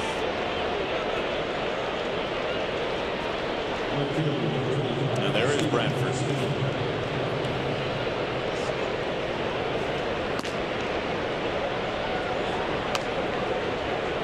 Both starters having to throw a lot of pitches.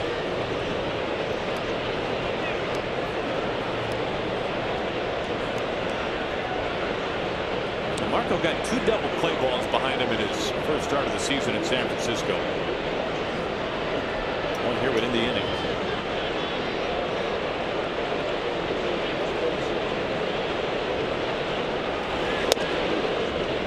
This pitch strike to Piscotty.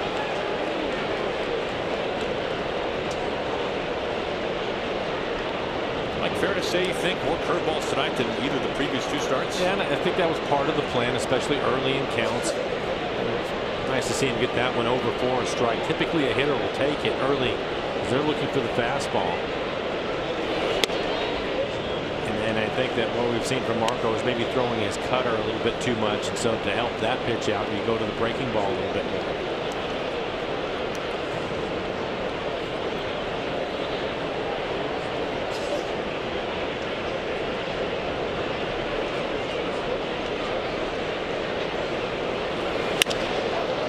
center field in trouble. Ichiro or Gordon can't get there. Chapman scores. Olsen makes his way into third base. A's inching a run closer. Stephen Piscotty makes it a 5-4 Mariners lead. And these are 3 for 4 with runners in scoring position.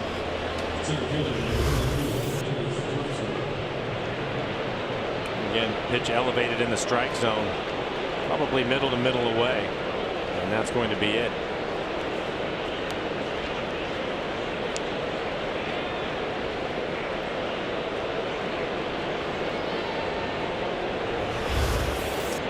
Scott comes out to take the ball from Gonzales. He's done it 80 pitches here in the top of the 4th.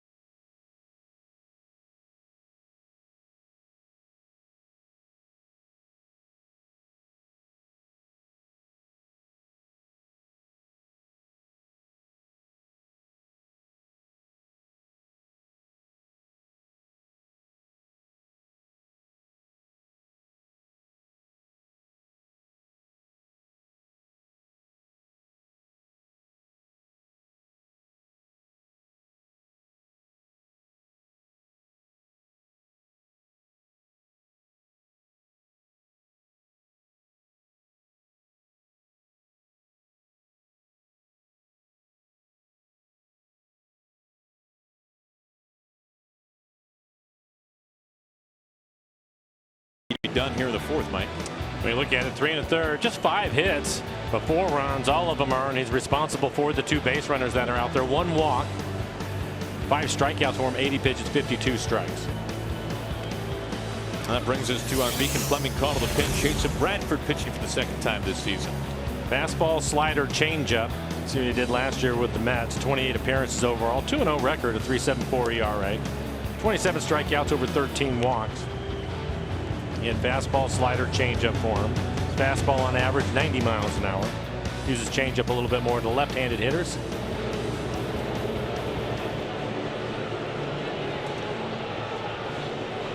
And Matt Joyce will bat for Trace Thompson.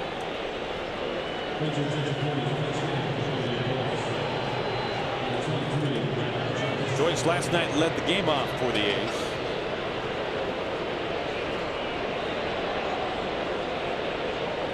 Very good night, in fact. Able to reach base 4 times.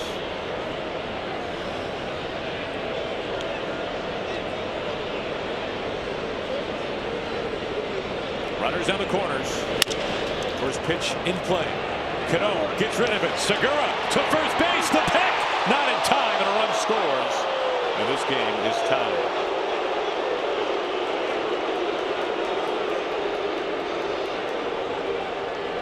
Scott putting the hand out. And we'll take a look at this inside. Well, it's a great try all the way around. Robbie charging the ball immediately. A strong throw from Segura and a pick by Vogelbach at first base. That is really close. Another look. Again, has to hit the back of his glove before the foot hits the base. I think he might be out. I think he's out too. Oh, that's a pretty definitive look. Yeah. The other look. Yeah. Segura, of course, in the way. Again, it's the back of the glove. That was a pretty good look. And they're going to take a look at it.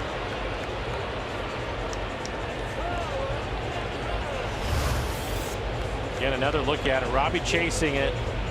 And then the strong throw and the pick by Vogelbach at first. Pretty good play all the way around. And Daniel. It's not an easy pick. Kind of an in-between. It looked like it hit the back of the glove before the foot hit the base. And you can even see the glove move a little bit.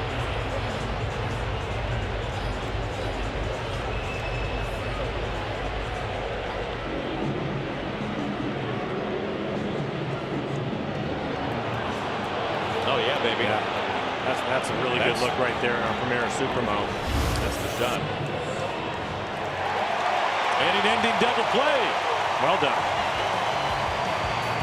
Now Jason Bradford, one pitch, couple of outs, and the Mariners hold on to the lead.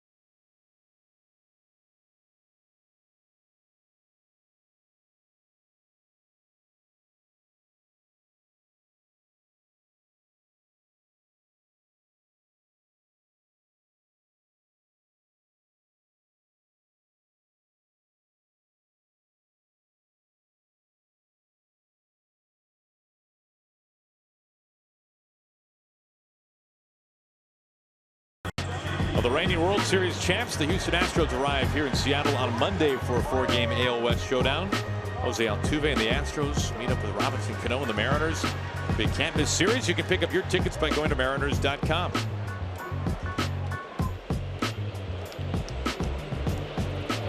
Well, D. Gordon has been as efficient of a hitter as you can hope for.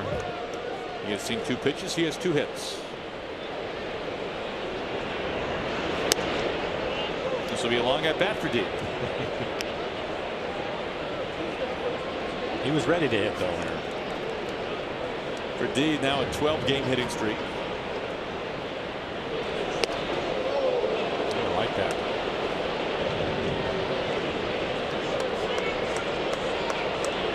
Showing bunt early. Chapman, the third baseman, probably took 2 or 3 steps in from where he's at right now. He tried to slap it by him.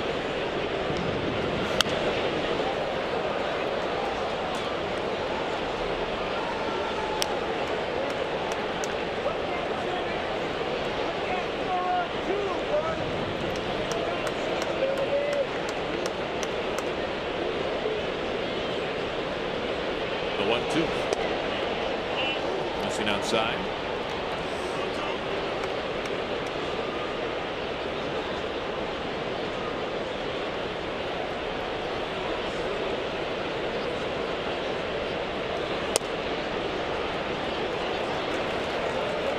Missing by just enough, a full count. Segura, then Cano.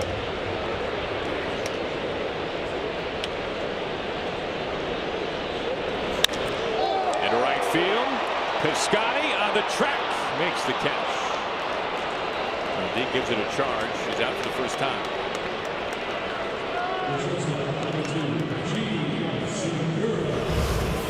Well, he squares it up. Again, his first 2 base hit line drives. Both of them line drives into left field.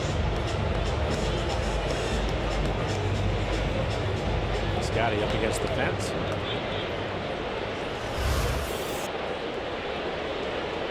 First pitch to Segura. Backs away from ball 1. Well, for Gene, his last time up, the 3-run homer out to left field, his first of the season.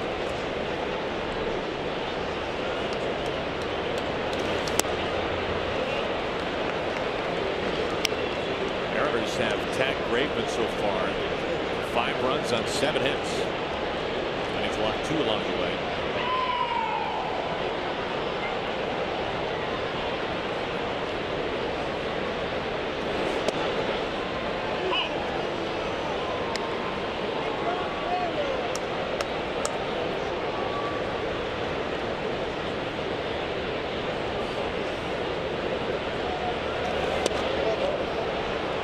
Injured today rather, having allowed 14 runs in his previous 3 starts combined. The Red Sox rotation as a unit had allowed 16 runs. They're off to a phenomenal start.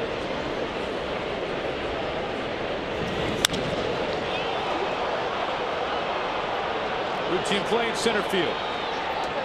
Joyce, who has taken over for Trace Thompson. 2 outs. Well, join us Tuesday during the Mariners game for Twitter Tuesday. You'll have 5 chances to win exciting prizes just by interacting with us on Twitter throughout the game. We'll be posting questions and, of course, want to hear from you, so be sure to watch and follow us on Twitter at rootsports_NW. For giveaway rules, visit us at rootsports.com.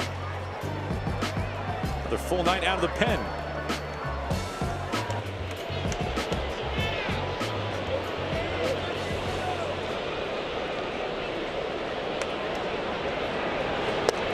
Been on base in all 12 games.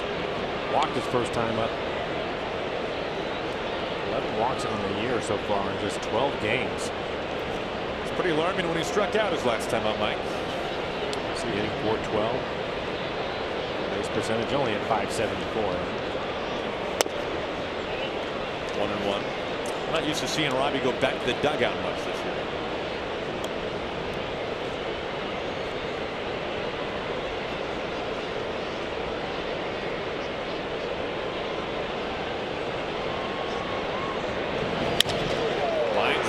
Through the right side. Cano on base for the second time.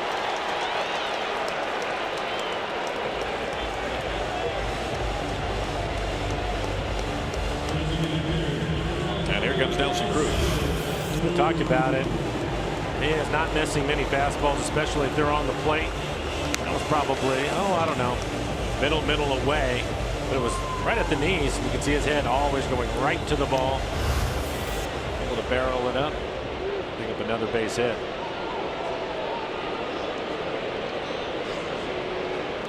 Now, I don't want to, let's not get crazy here, Mike, but this is something that is an interesting conversation as we look at what Robinson Cano is doing this year, and I'm not suggesting that this will happen for Robbie.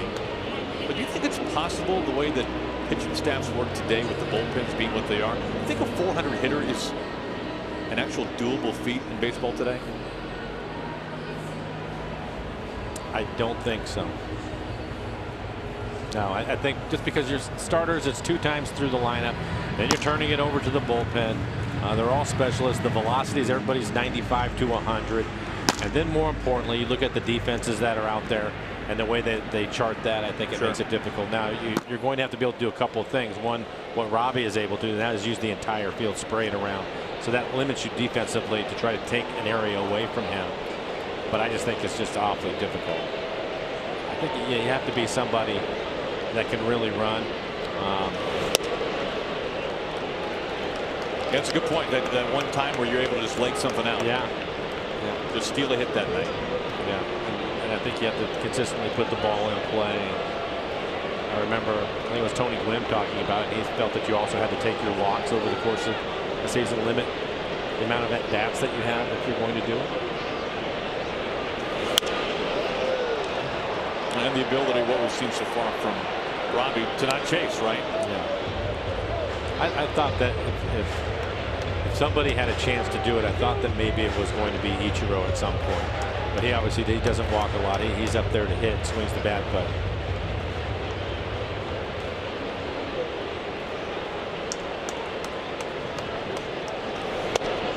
I mentioned the bullpen.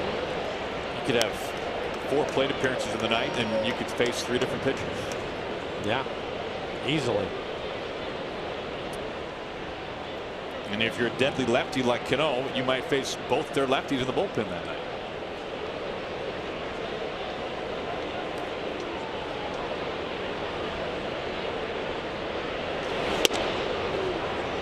That's another great point for him, is he's, especially Robbie, whoever their best left-handed reliever is, that's who he's going to see in the 7th, 8th inning.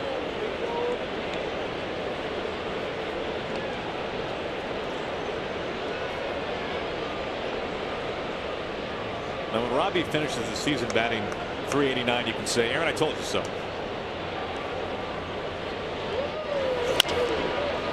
Simeon, make a Chapman over at third base. And that'll do it. Cano reaches for the second time but left stranded. We have completed 4 Mariners by a run.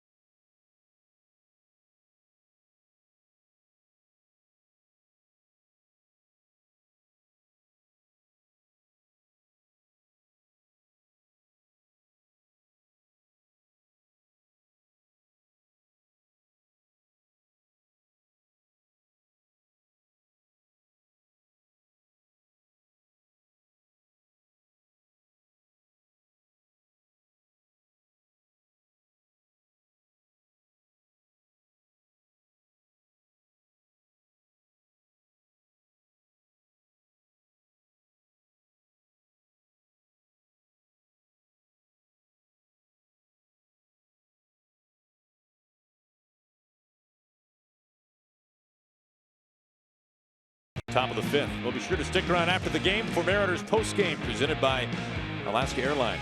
Chance to hear from the skipper. Also down here from Marco Gonzales as well. And Nelson Cruz on his first game back after being activated from the disabled list. Top of the order facing Chase and Bradford.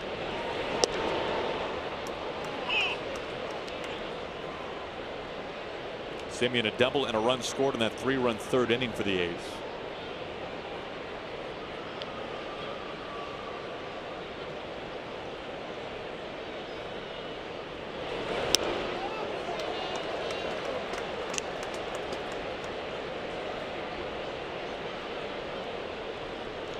I bring in Bill Kruger from the Ford Sports Desk. And Bill, what did you make of what we saw tonight from Marco Gonzales? Obviously the first 2 innings he was just cruising along, then things began to slow up for him a little bit in that 3rd inning. Yeah, you know, he was ahead. He got first pitch strike. He was able to create a lot of contrast. He was throwing the ball hard inside on those A's hitters. He got a number of outs with the fastball in the first 2 innings. And then the changeup became much more effective. And then in the inning where it got away from him a little bit, he got behind.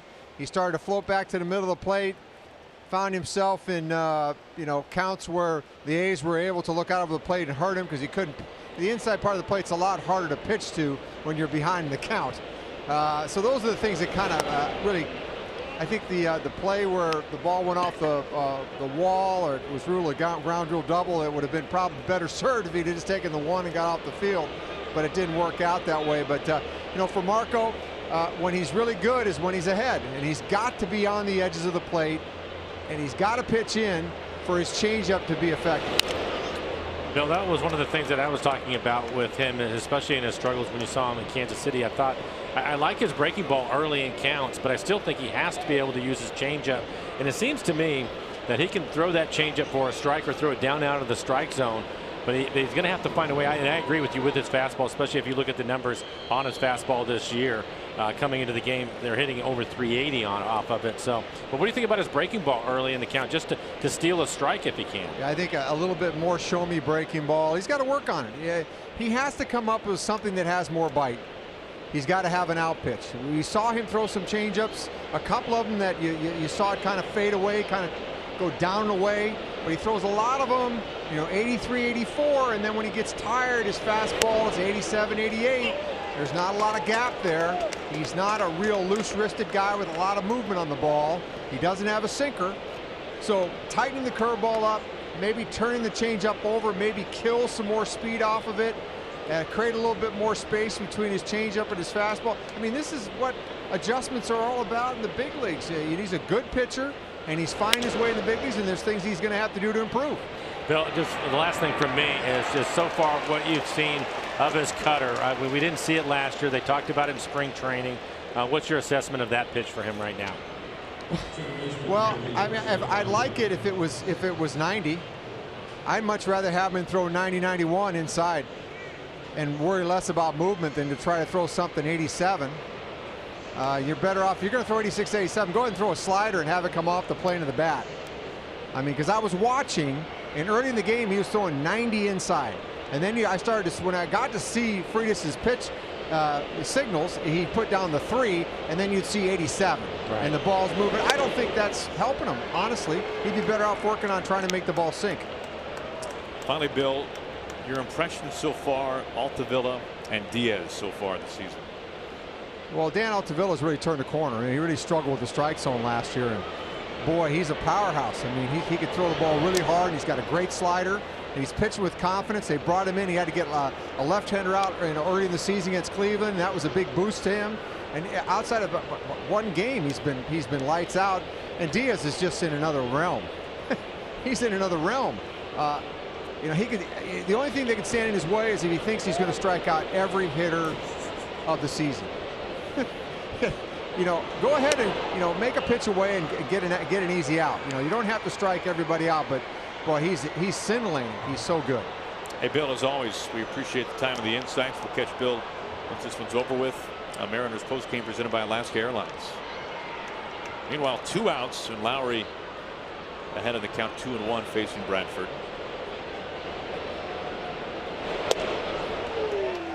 Two and two. You know, if I'm Edwin Diaz, Mike, and I'm throwing 98 and a wipeout slider, that's an understatement. You're trying to strike everybody out? I would be trying to strike everybody out.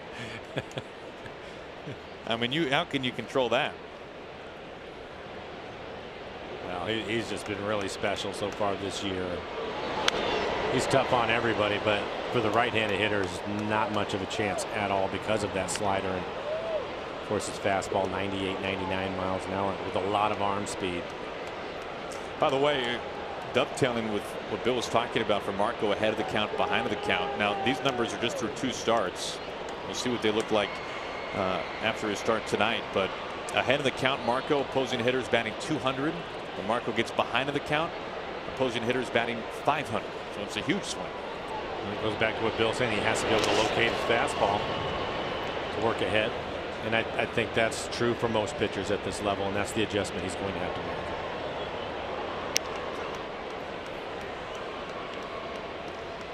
I'd rather not see Chris Davis with a man on here in the 5th.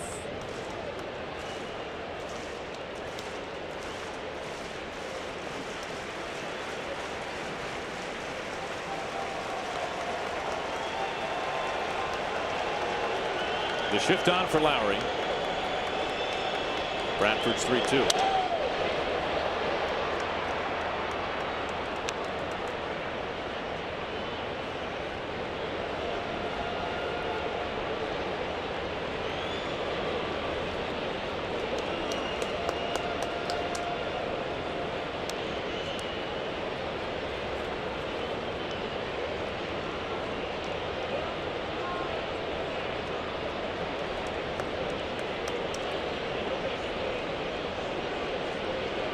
Another 3-2.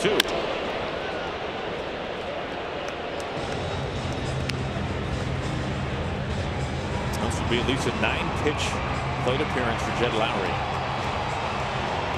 He drove in a run his last time up in the 3rd.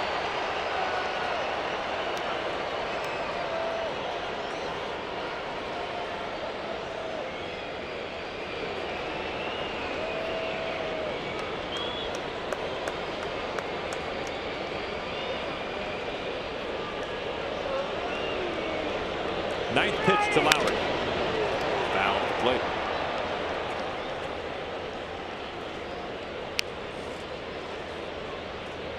Margin of the start last night. Freitas to start tonight.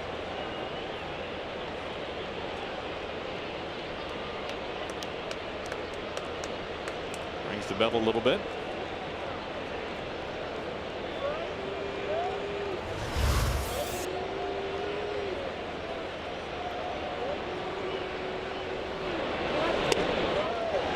4.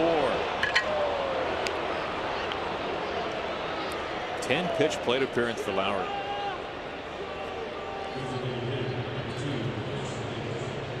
And now the go-ahead run, Chris Davis, comes to the plate. A couple of strikeouts for him tonight. He tried to pitch him inside. He had a couple of home runs on pitches out over the plate in last night's game. It stayed in on his hands. Greatest setup in there again.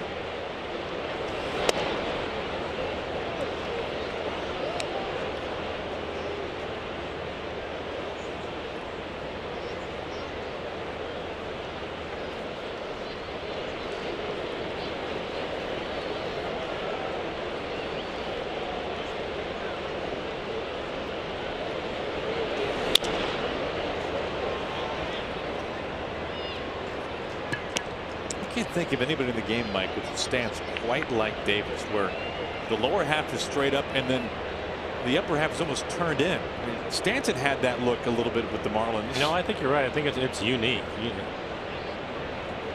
But Stanton was more a close stance instead of square with his feet, that is.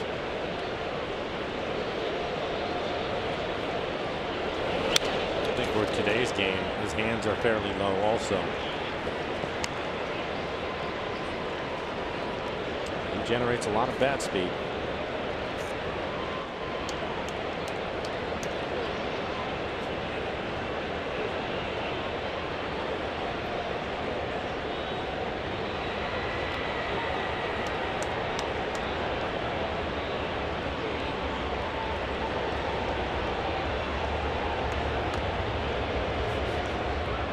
The 1-2. Now, you'd think a guy who's not exactly big in stature like Davis, who's slugging 40-plus bombs a year, would have this enormous late kick. Seems that everybody does in today's game, right? No doubt about it. He looks to me as he's just trying to be as relaxed and as quiet as he possibly can be. And then when he decides he's going to swing the bat, he's turning it loose. He's not leaving anything else out there for you. It's all of it. One quick skip to Segura. And that ends the inning. The Mariners have held Chris Davis 0 for 3 so far tonight. We go to the bottom of the 5th. We'll be seeing Mitch Haniger. Mariners on top by a run.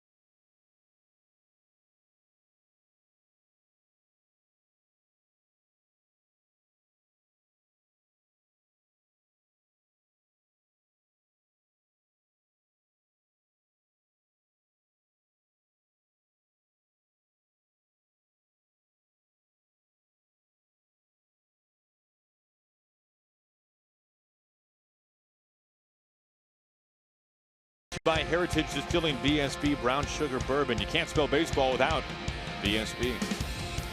Well, you know, it's better than snow. The Twins lost another game to snow today. It is better than snow. Yeah. We got a new pitcher as we make our way into the bottom of the 5th. Danny Coulomb, we saw him last night. This will be his 8th appearance on the year, 2.5 ERA. Opponent's hitting 174. He's given up 1 home run this year.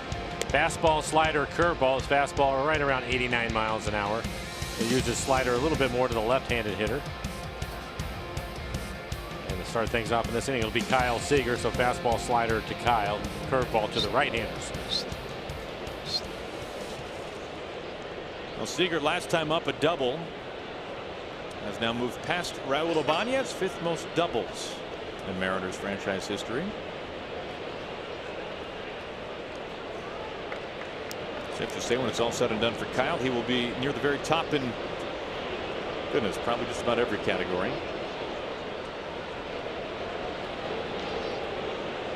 They have the shift on for him, and he looks at strike one.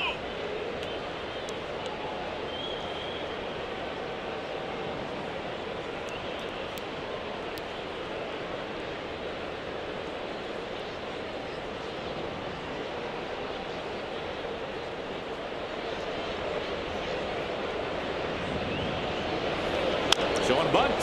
Coulomb off the mound. Spins and gets Seager.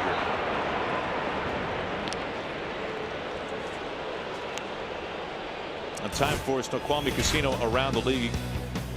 Red Sox continue to roll 12-2 as they thump the Orioles 10-3. We told you another cold one in Minnesota. A couple postponements today. Rain in Detroit. The Rangers come from behind in that one. Gallo a 2-run homer off the foul pole. They win in extras. Indians and Blue Jays postponed as well. And the Angels at 13-3 take down the Royals. Angels have now won 7 straight. The Rangers meanwhile snapped their 5-game losing streak. Right field out of the warning track. Piscotty leaps, gone. Mitch Haniger. He just won't stop.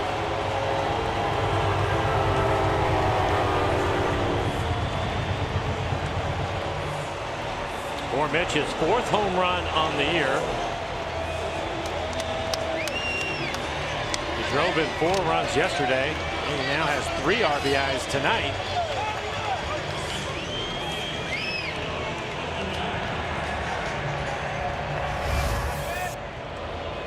And we'll take a look at it. Our Primera Supermo barrels it up.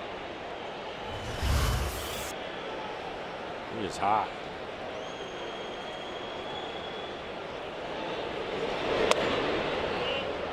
Ball one to Vogelbach.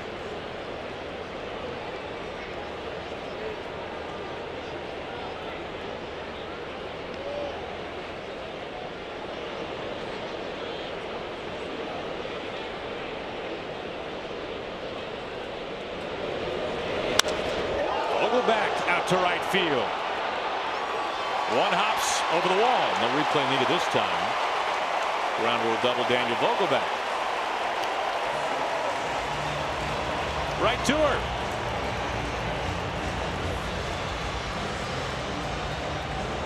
And for Daniel, hitting a home run last night, but being aggressive. Fastball towards the end of the bat. Bounce off the warning track, going to the seats.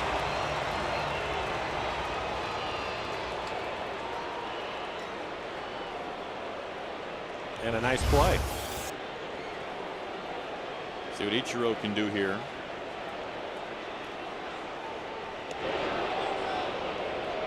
Looks at a strike.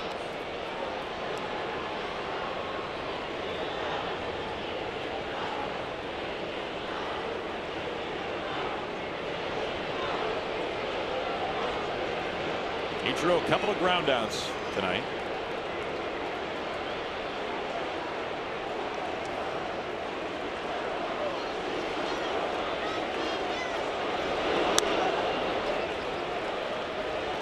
Mariners are 2 for 8 with runners in scoring position.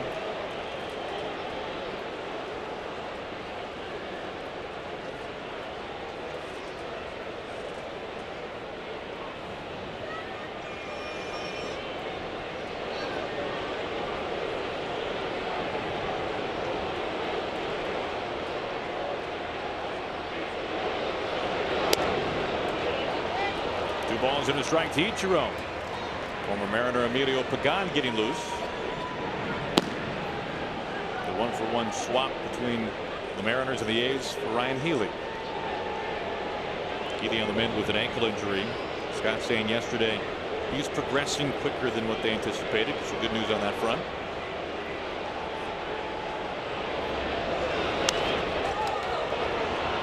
Evens up on Ichiro. Pretty good fastball to hit right in the middle of the plate. Calling a straight back. Look at the scoring for the Mariners. And Haniger, 3 RBIs tonight, following up the 4 RBIs he had last night. Segura, his first home run of the year, a 3-run home run back in the second.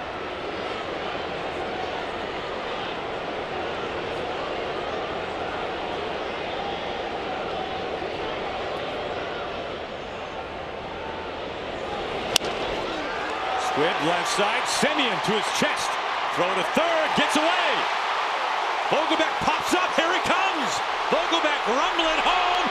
He's safe, and Ichiro's to second.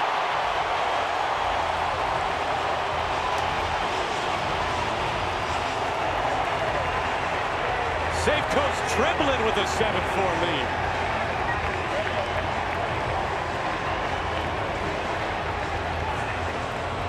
The dugout, they like seeing the big man run the bases. To be an infield hit and then an error on the throw.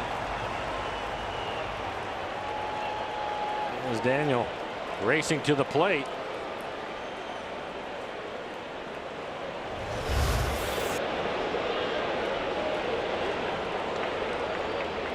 Instead, Freitas.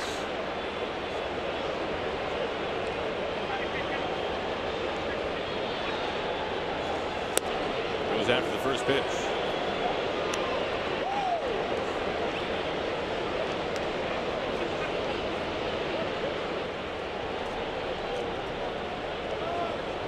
And it will be a base hit, E6.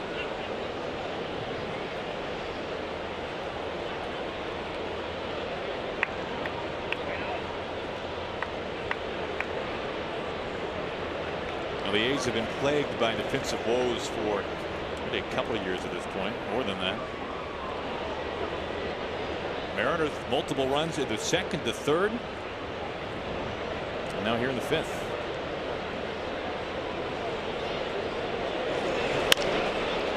In play, right in line with Jed Lowry. 2 down. Ichiro into third base. Well, starting tomorrow, Mariners fans will have 4 straight chances to take advantage of BECU value games. Fans can score select bleacher or view seats for $15 and main or club seats for $30. So just head on over to mariners.com to pick up your tickets.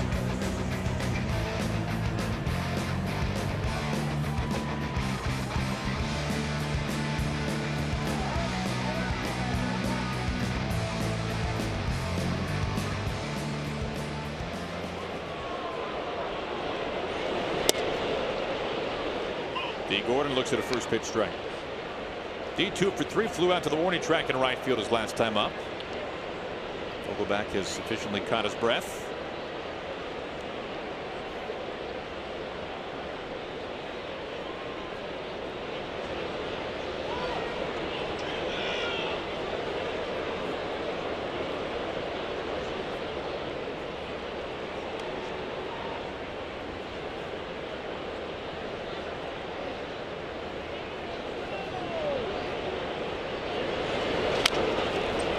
Tapper, D hustling, in there safely. Ichiro scores. You could not have rolled it better. I don't know that anybody finishes past the bag better than D. Gordon. With all the things that he does so well, a lot of speed, and he really puts a lot of pressure. A swinging bunt right down the first base line. Lucroy out immediately, but just no chance to even make a throw. And for D, he finishes about halfway down the line. That brings on a pitching change. Right. The Mariners have scored in just about every conceivable way in this inning.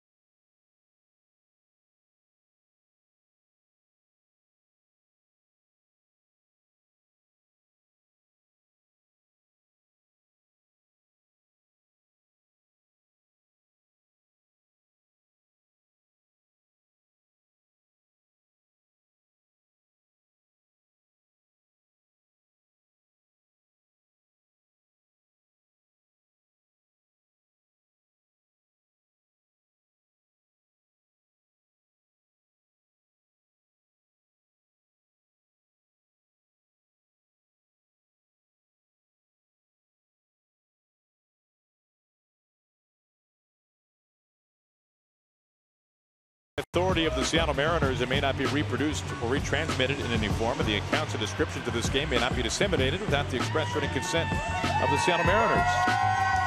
But congratulations to Bradley and Ashley Hansen celebrating their upcoming new one. You guys can enjoy a night at the ballpark, just the two of yourselves, again in 18 years. But for right now, congratulations. Exciting time for the Hansen family. Looks like they're having a pretty good party. I would say so. Mariners are helping them out. Familiar face, Emilio Pagan up on the mound for the Mariners. Danny Coulomb a rough time. His 8th appearance, 3.5 ERA. Was hitting .290 against him. A couple of strikeouts, just the 1 walk. Segura with Gordon at first. Fastball, slider, changeup for Pagan. His average fastball this year, 93 miles an hour.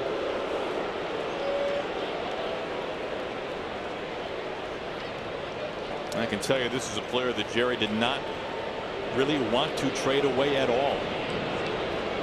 Obviously needing to address the first base position for the Mariners this offseason to get Ryan Healy. I thought very highly of Emilio. There goes Gordon. A strike. Not nearly in time. Gordon swipes his 6th bag in as many tries.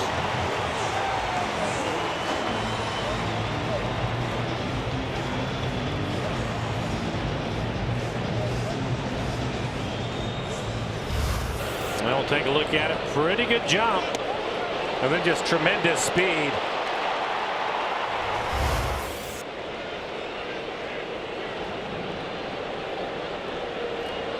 He has a pretty good chance to get past the 60 stolen bases he had last year.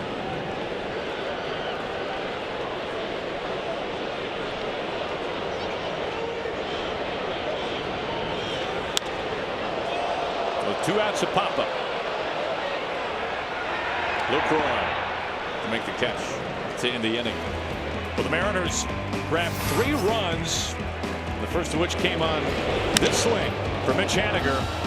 Driving in runs each and every night. He's driven in 3 this evening. It's 8-4 Mariners.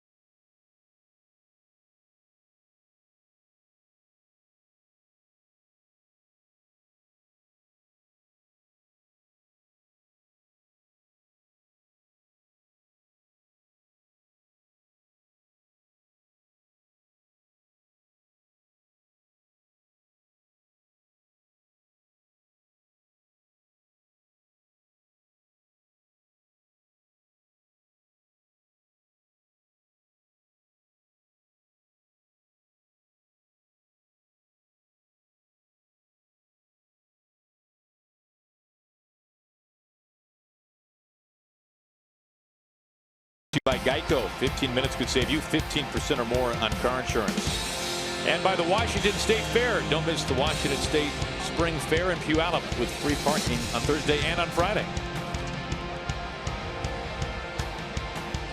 8-4 Mariners leading the A's as we start the top of the 6th. New pitcher Dan Altavilla back up on the bump. Talked about him a couple of times tonight. Yes, we have, even before he's pitched. For Dan, 95 plus on his fastball, hard slider, right around 90 miles an hour for the slider. 6 appearances for him so far this year, a 1.5 ERA, 8 strikeouts in the 6 innings that he has worked. Opponents hitting just 200.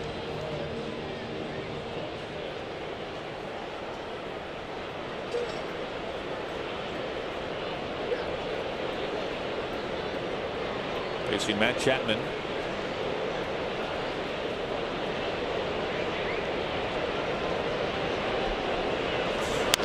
Chapman showing bunt. Dan with the bare hand whips a slider to first base. Blink of an eye. Leg press getting off the mound pretty quickly there. This is quite a play. Good athletic play. Bare hand on a ball that's moving pretty good. And a sidearm fastball over to first. Might have been a two-seamer. Had some run to it. It did. I think that was at 95 also.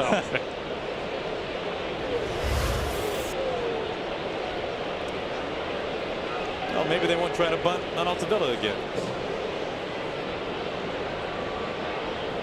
There is Olsen.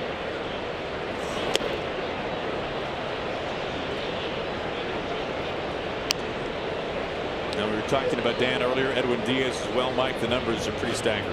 Yeah, for Edwin, 5 for 5 save opportunities. How about 13 strikeouts in the 6 innings that he has worked?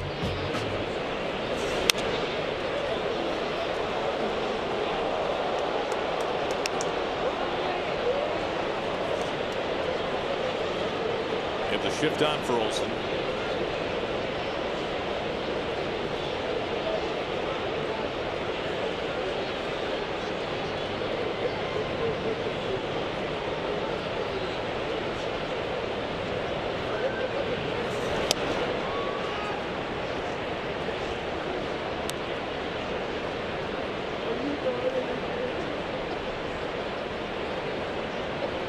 The A's were able to tie this game up back in the 3rd.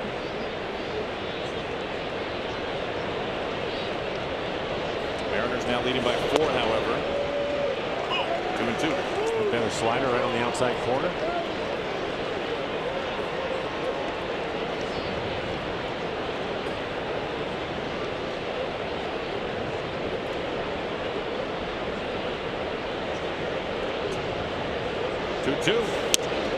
Ends him back.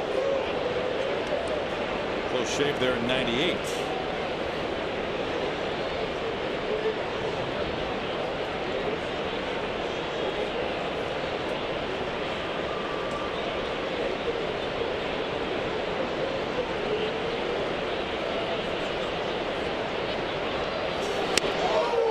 Right through a fastball that Dan took something off of. I don't know, Mike. Maybe you reach back and throw a 94-mile-an-hour slider. This was his 2-seam fastball, not the 4-seam. The one that he throws to first base.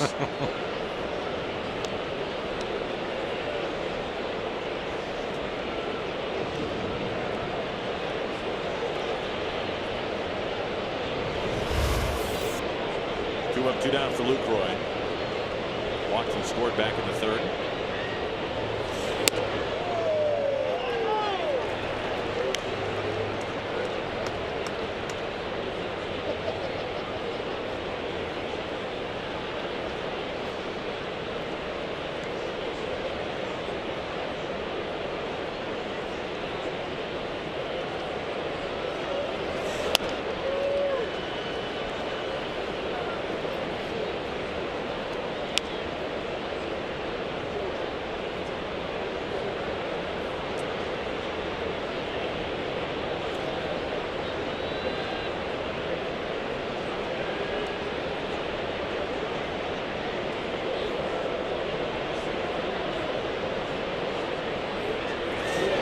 Our conversation earlier, Mike, about how hard it is to hit today, harder than it's ever been.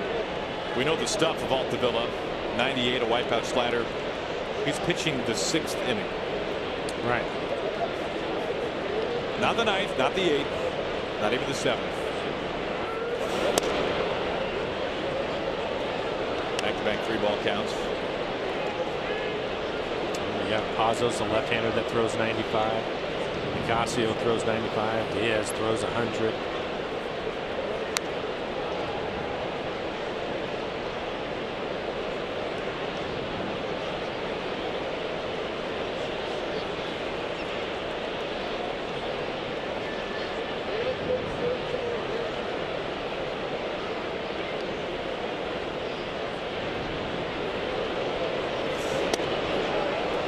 Full count.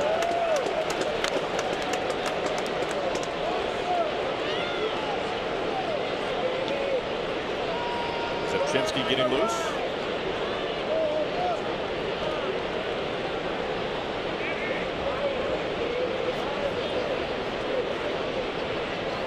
Now the payoff. Lost him. Boy, very close. A 2-out walk. Lucroy, his second walk tonight. Get home field advantage on Silver Bullet Saturdays. Download the Coors Light XP Rewards app and start earning points towards rewards like Mariners tickets and Coors Light gear while supplies last. Coors Light, the world's most refreshing beer.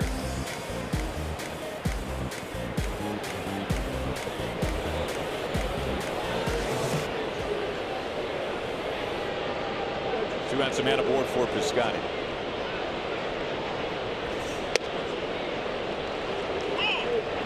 By the way, Mike, when we were talking about whether or not a guy could hit 400 this year or any year for that matter, just the way pitching goes. Last guy to get close, 1999 Larry Walker, 379. And before that, sadly, we'll never know what could have happened in a strike-shortened season for Tony Gwynn. When Gwynn hit 394.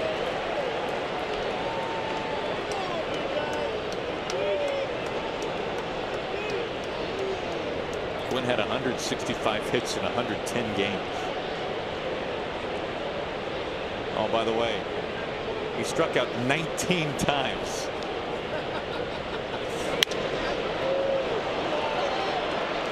To D. Gordon in center field.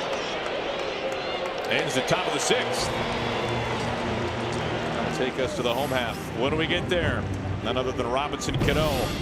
Nelson Cruz fresh off the DL today. And then Kyle Seager.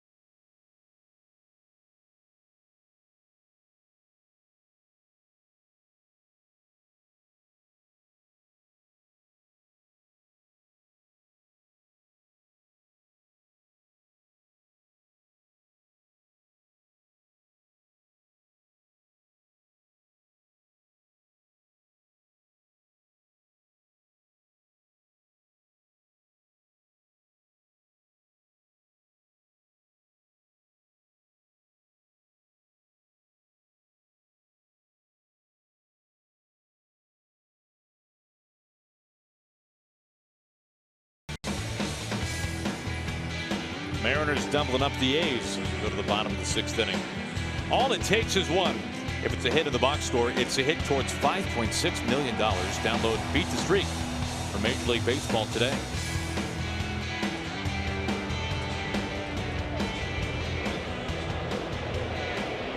Robbie has reached base twice already tonight, a walk and a single. It leads off the bottom of the sixth.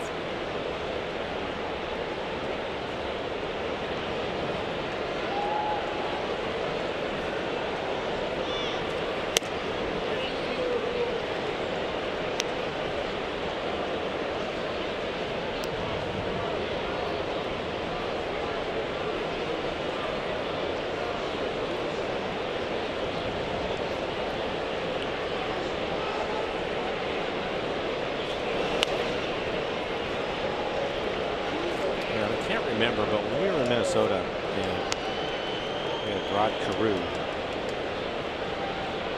and I was talking to him, and I asked him if he ever tried to hit 400, and he said that he never did. And I was thinking about that. I'm not sure what year. I think he hit 370 one year or something like that. But they had that picture, the poster in the media dining of him and Ted Williams, saying that they thought that Rod was going to be the next one to do it. 388, by the way. 388. There you go. What year was that? That was in '77. MVP year, by the way. Right.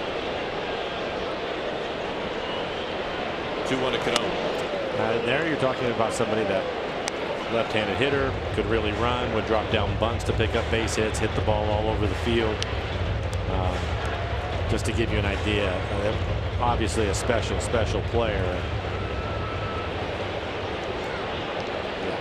What was the next highest batting average since you're looking at it? In terms of guys who've gotten close, or for Carew, you're saying? For Carew. 388. Well, 388 was his best. He hit 364. I mean, the numbers are insane. They really are, I know. Nearly a 20-year career. 19 years in the big leagues. He was an all-star each of his first 18 seasons. A lifetime 328. But he led baseball in 3 straight years. 350, 364, 359. Digging in the numbers more, how he came in 9th in the MVP voting, batting 359. One of those other 8 guys did. Lowry backhand running away. In time to first. Let's go down to Tom Glasgow, the Ford Sports Desk. Tom, what's going on? Aaron, thanks so much. We're going to check in with a little hashtag Where I Root presented by Alaska Airlines. Some of the fans supporting the Mariners tonight, including 12th Koa. Not sure what that means, but they're having a great time. Family night with the Mariners here at Safeco Field, and back celebrating their 3rd anniversary in the Hit It Here Cafe. Kate, thanks for sending that in. Very happy couple, and no better place to be on a Saturday night than right here cheering on the M's. Melissa, you are so right, especially when it's 8-4 Mariners. I thank you, Tom. No doubt about that. Cruz looks at ball 1. What do you think, Aaron? You think somebody will do it? I mean, the easy answer is no. I can't imagine. Well, especially given the fact there's so few hitters who are batting for average. Right. A lot of strikeouts in today's game. Cruz a mile high. This is floating foul. It's a fair ball. Stays in the yard. 2 outs. I mean, automatically, if you go back, the last guy to do this obviously was Ted Williams back in 1941 when he had 406. I mean, then everybody's hitting for average back in those days. Now you're full of guys who are trying to do that and actually have the ability to do that. Is, I mean, just minuscule. So you combine that, you got to stay healthy for a whole season. At least have enough at bats to qualify. But I think bullpens overall are the key.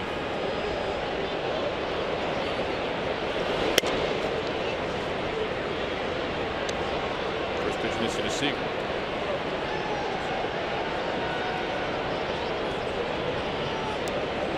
I think that if you consider that at this level, hitting 300 is pretty difficult. Right. Start talking about 400. Well, and also, if you dig even deeper into it, how big of a jump it would have to be for that player to get past what is their previous career best to get to 400, right? Like, even if you look at Robbie. Well, he's a career 305 hitter. Seager, a charge, right field. Does it have enough? Yes, it does. 3rd home run tonight for the Mariners. And Seager going deep again, his 3rd this year.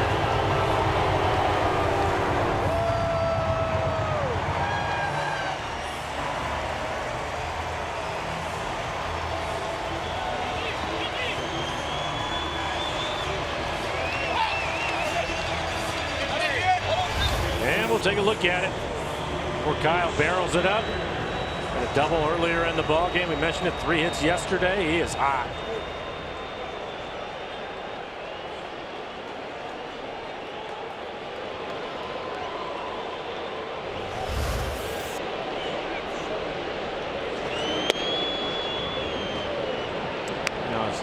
about it. And I think I made a statement yesterday that hitting is contagious. I think that's a pretty easy statement when you just have a bunch of really good hitters in your lineup.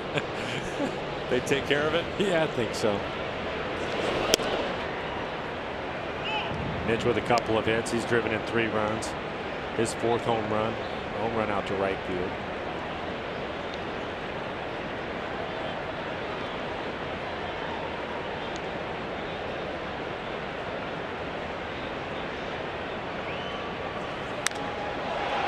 High fly. Ballpark will hold it. Canna in left. Puts it away for round number 3. Well, Seager, the latest to join the party. He's reached base 3 times tonight. A double, a walk, and now a dinger. 9-4 through 6. Mariners on top.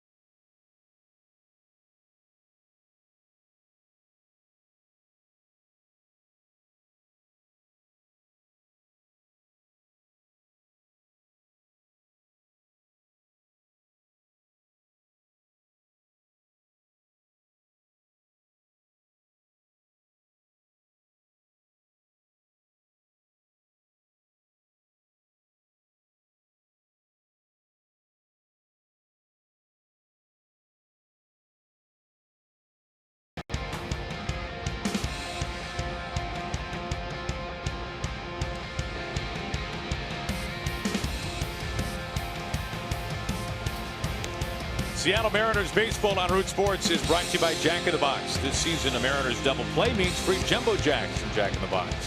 By BNSF, sponsor of the BNSF Blast. By CenturyLink, connecting you to the power of the digital world. And by Money Tree, proud to make a donation to Mariners Care for every Mariners win.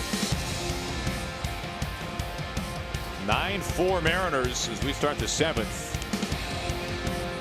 Mariners putting on a show at the plate. And now Mark Zimchinski up on the mound. Fastball slider for Mark. His fastball 2-seamer. He'll sink it right around 92 miles an hour. This will be his 5th appearance on the year. So far, just an inning in the 3rd for him.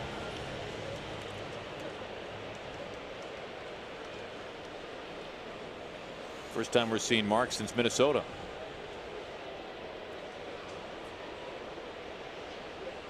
Here's Matt Joyce, who came off the bench. Pinch hit for Trace Thompson.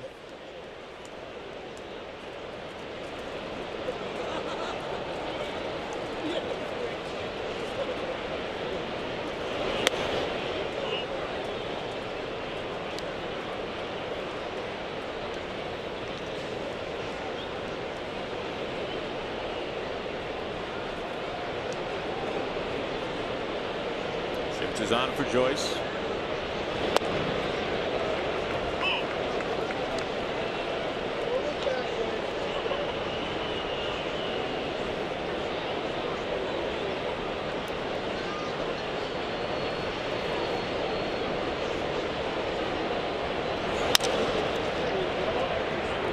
Segura swung over. 1 down. Mike, I think when you look at this lineup for the Mariners, and obviously we haven't even seen the full capacity of the lineup, that's what kind of makes it so exciting, is that we still do not know what the ceiling is for this lineup for the Mariners, and then how dynamic it can be with the power, the on-base ability that we've seen from a number of Mariners hitters, the speed, and then the speed at the top of the order. Yeah. It's well balanced, and it's a difficult lineup to work your way through. And you know, I think I like the way that their bench is set up also.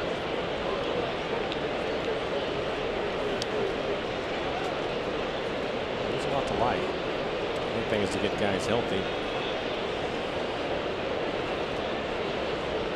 Started tonight getting Nelson Cruz back in the lineup. Get Gamble back. And Mike Zunino, Ryan Healy.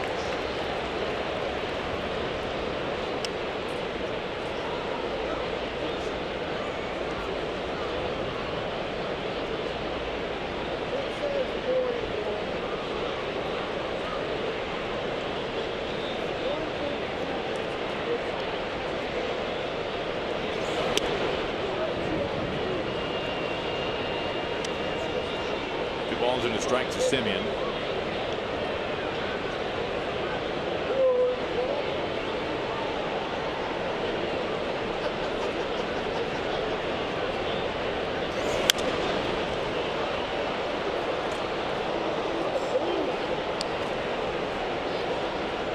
Mentioned Gamble. On Monday, the Houston Astros come to town for a 4-game series.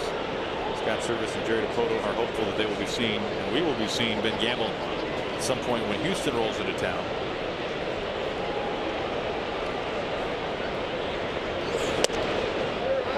Strike 3 called.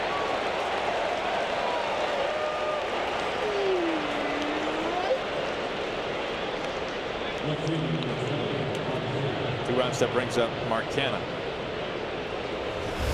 They'll take a look at it right on the inside corner. Pitched him away and surprised him with a pretty good fastball.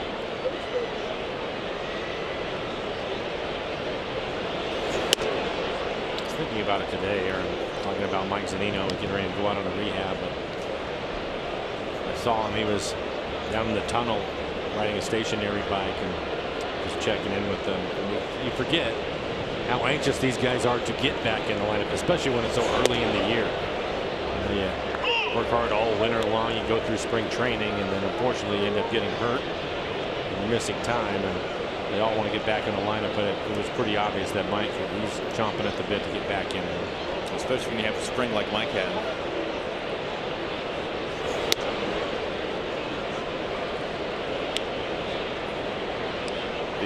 What we believe the first ever standing ovation inside the Peoria Sports Complex. And Mike Zunino, let's see, was it 3 home runs and a single? And everybody was talking about the single and how impressed they were with that, which I don't blame them. Canha shot down by the pole in left field. Foul.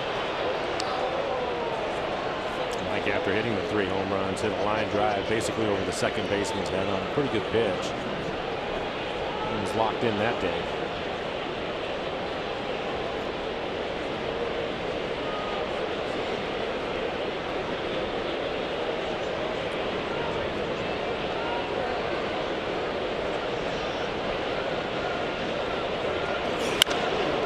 Canha straightens this one out. Each throw, all he can do is give it a look. 9-5 Mariners.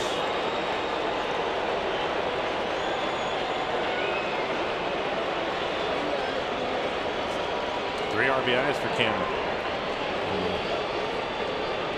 Evening, second base hit for him. First home run of the year. As Aaron mentioned, not much doubt about it.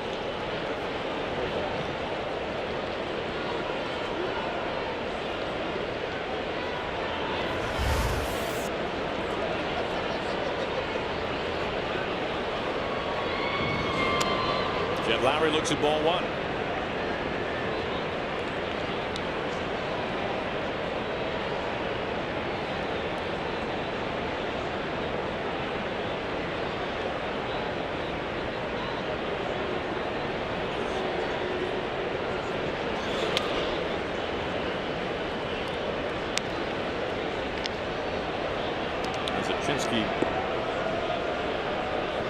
Facing right-handers really for the first time this year.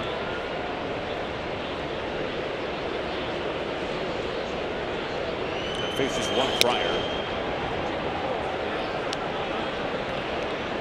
And behind here, 3-0.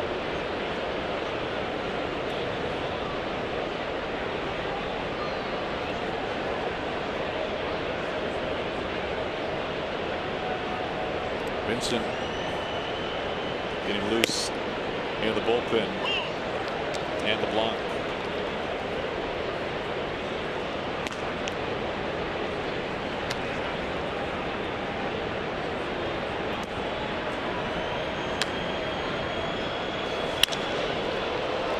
Now towards the gap in the right center. Gordon can't get there, plays it out of bounds. 2-out single. Jed Lowry on base for the third time tonight.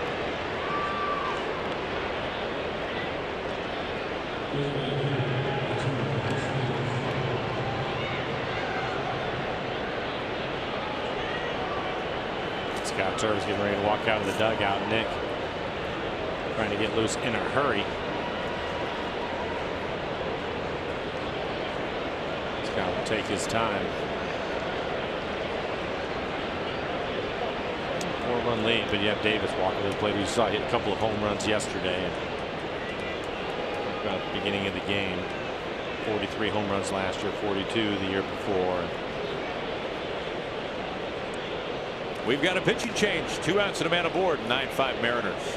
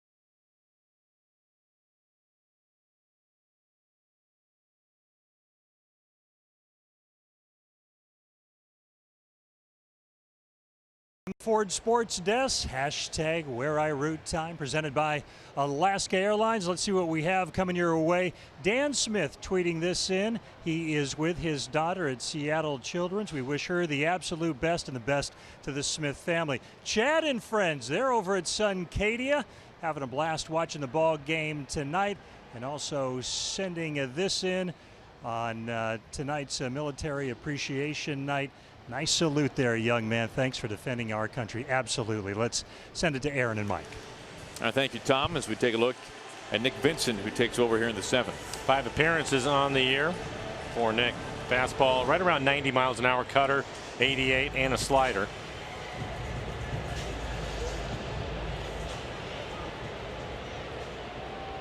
And he will face a dangerous hitter in Chris Davis. Davis 0 for 3, a couple of strikeouts tonight.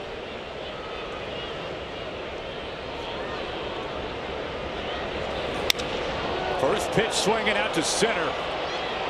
D. Gordon looking for the wall. Gone. Catch made by the wrong guy.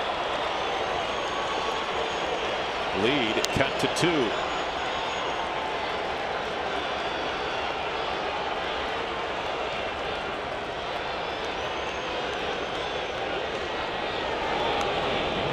Aldis coming with 2 outs. We'll take a look at it. Cut fastball. Looks like it's right in the middle of the plate.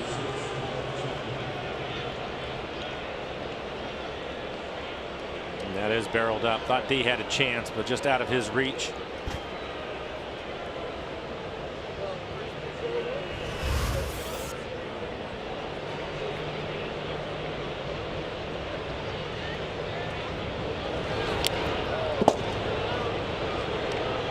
Pitch missing to Matt Chapman.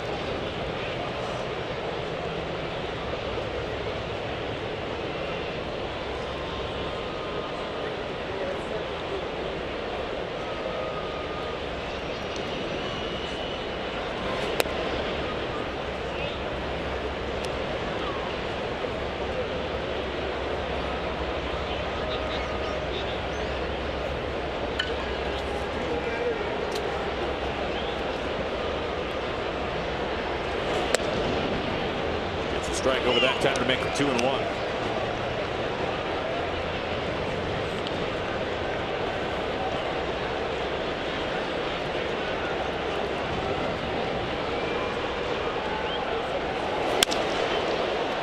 Haniger angling back in right field and is able to flag it down and make the catch.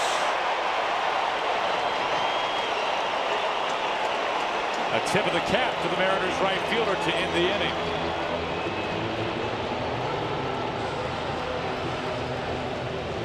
Talked about it. All the outfielders with the Mariners can play center field. He covers a lot of ground. Difficult catch. He makes it look easy. We'll stay right here. Let you enjoy God Bless America. God Bless America. Please welcome Technical Sergeant Freddie Garza Jr. of the United States Air Force Reserve.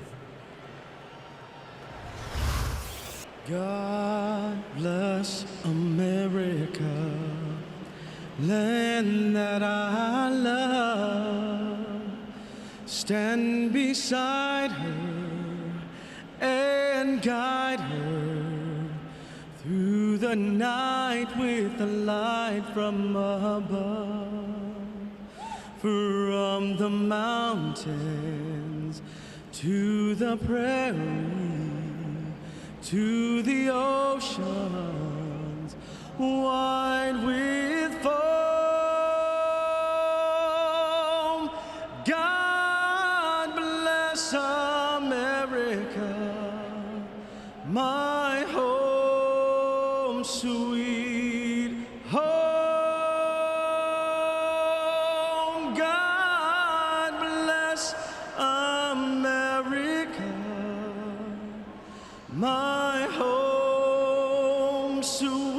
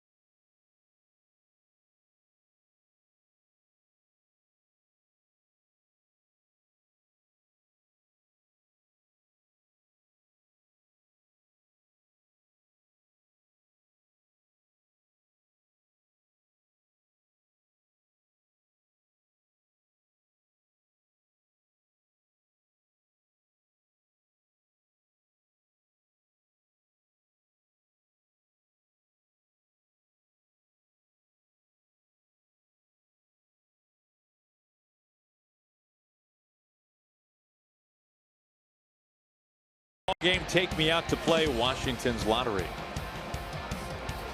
This one getting a little more interesting, unfortunately. 9-7 Mariners leading. A couple of home runs at the top of the 7th for the A's. There's Daniel Vogelbach.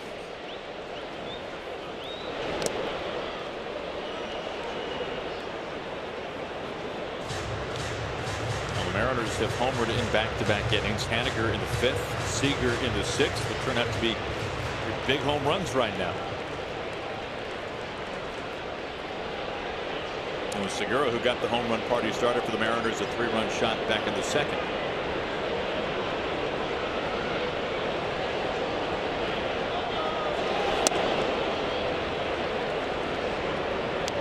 Daniel 1 for 3. Got a double his last time up.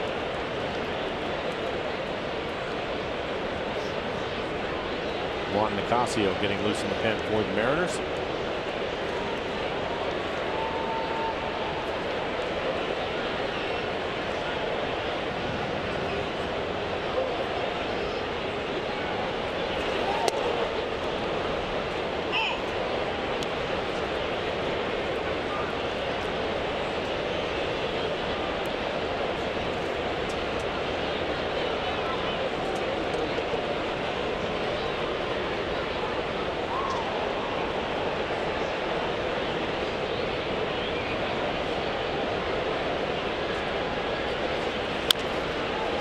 Foul. 2-2 on Vogelbach.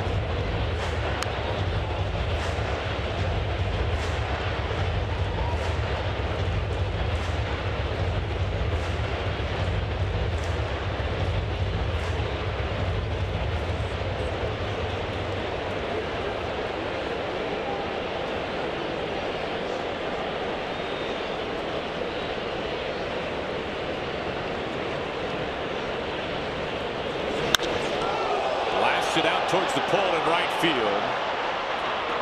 Yanked foul.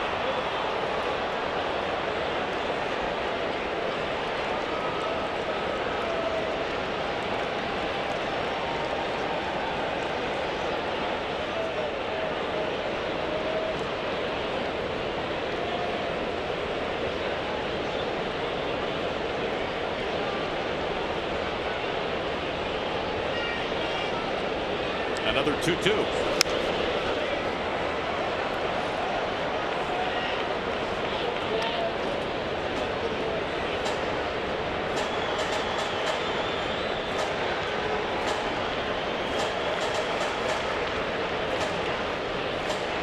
We saw Nicasio last night. On pace to see him again tonight.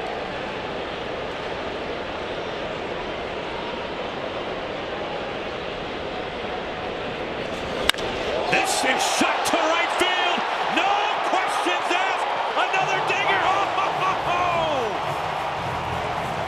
Uncharted territory. Daniel Vogelbach. It's his first major league home run last night. And that is over the Hit It Here Cafe sign. It has been a long time since I've seen a left-handed hitter hit a ball up in that area. There is no way that just happened. We'll need a pitching change to think that one over. That is incredible.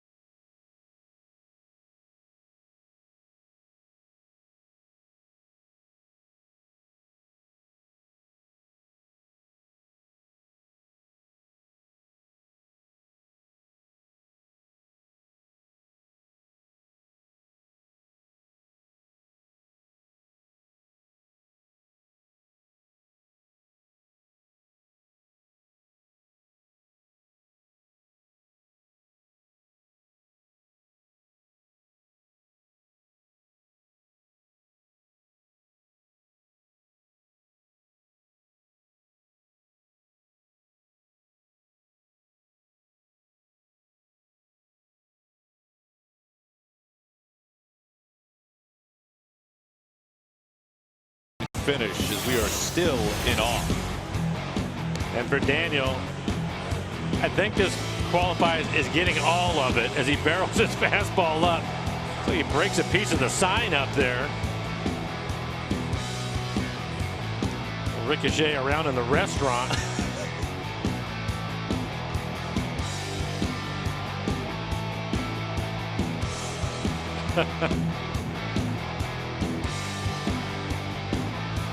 And when you impress that man, exactly. 433 feet off the bat at 112 miles an hour. Now, Mike, Wow. the last guy I can remember hitting off the windows was Bryce Harper. Yeah, that's right. Good call. The Nationals were here years ago in interleague play.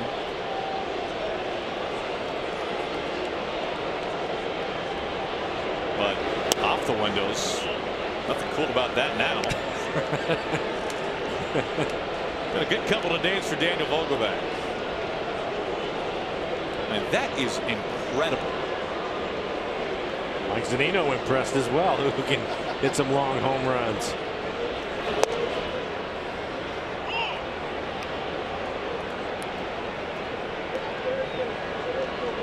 You want to take over under on text messages on Vogelbach's phone right now as they rack up by the second.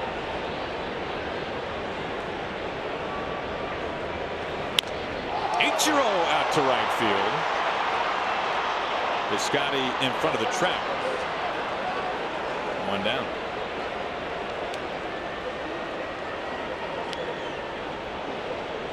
Second straight night, Yusmeiro Petit working for Bob Melvin. His fastball right around 89, 90 miles an hour. Changeup, curveball, and a cutter to go with. This is his 9th appearance on the year. It's hitting 278. He's given up 1 home run. One out for Freitas.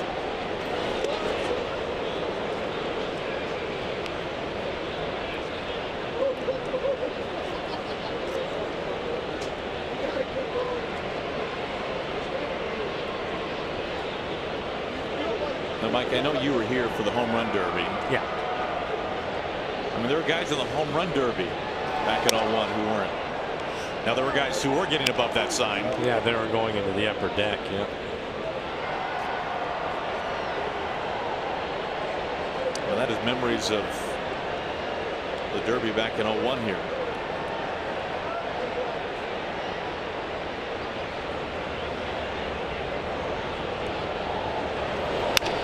Line drive into left field. Canna Second base hit for David Freitas. Yeah, he worked on the number 9 spot for the Mariners tonight. 1 out and 1 up. Mariners All Access has returned. Stick around tomorrow after the game for a new episode of Mariners All Access. Get exclusive player interviews, behind the scenes footage, and Mariners stories you can't find anywhere else. If you missed Sunday's episode, tune in for re-airs throughout the week on Root Sports. For your local programming schedule, visit rootsports.com. D. Gordon looking for his 4th hit. 3 for 4 tonight. Picked up an RBI, scored a run, stole a base.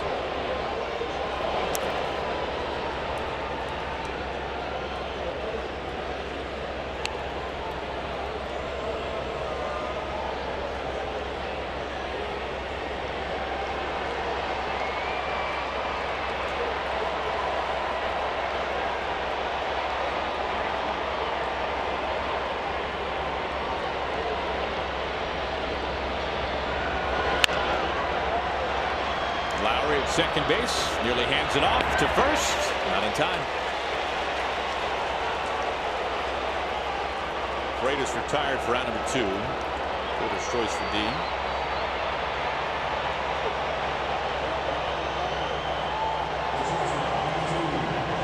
It brings up Gene Segura.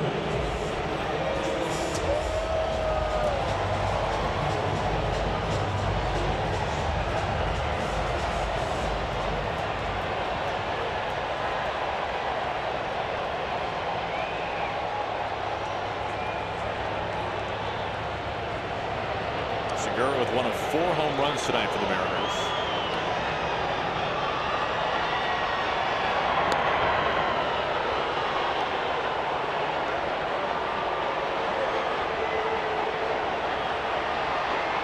Now, runs have not been at a premium tonight.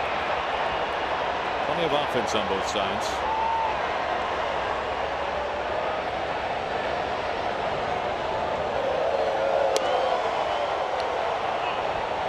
Speaking of that home run, our Columbia Bank difference of the game got things going for the Mariners in the second. For Gene's first home run of the year, 3-run home run.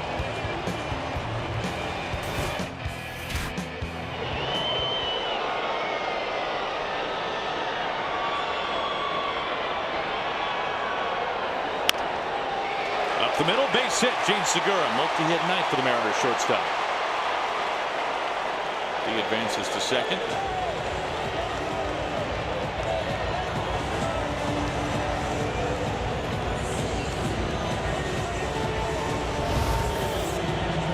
Not a home run, but a solid base hit back up the middle.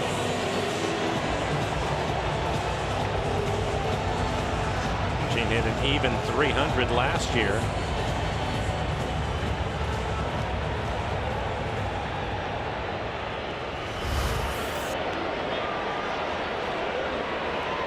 Another game where Gene Segura, D. Gordon have been on base 6 times. Top of the order has been unconscious so far this year. Cano a big part of that.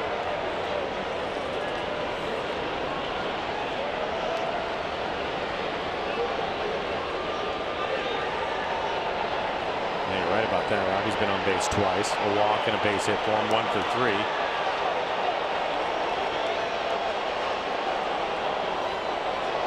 For 3 night, and his average dropped 7 points. First pitch to Cano. 0-1.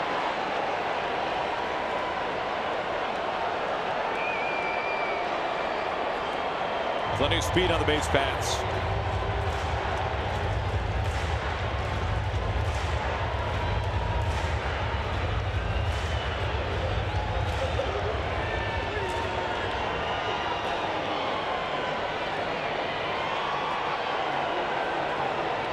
Numbers with runners in scoring position this year for Robbie. That'll work.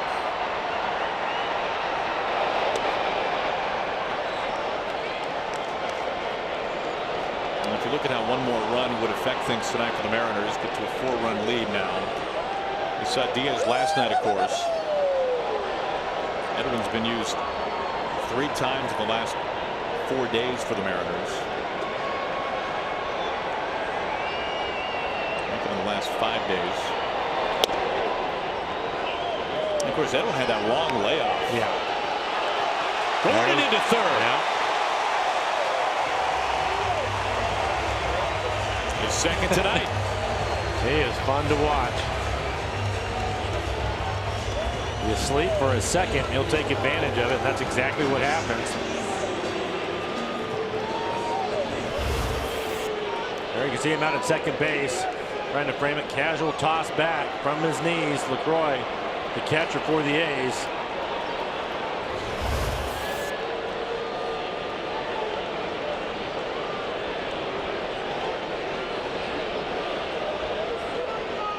There goes Segura. And he's in safe to second. They call that a strike on Cano to end the inning. All for naught for Gene. Robbie strikes out, a couple of men left, but Vogelbach, this is going to be tough to top the rest of the season for anybody.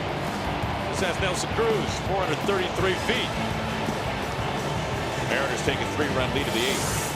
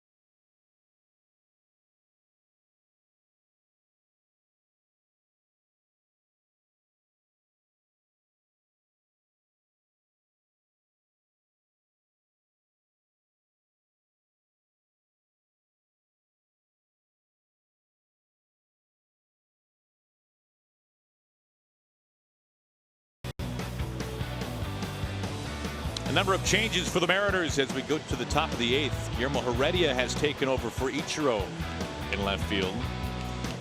Meanwhile, it's safe to say it has been an effective night for Daniel Vogelbach. He is done. Taylor Motter takes his spot at first base. And a changeup on the mound. Juan Nicasio now pitching. Fastball slider. His fastball this year on average 93, but he'll touch 95, 96. His 7th appearance. Opponent's hitting 269. He's given up a couple of home runs, 6 2/3, 6 strikeouts to the 1 walk.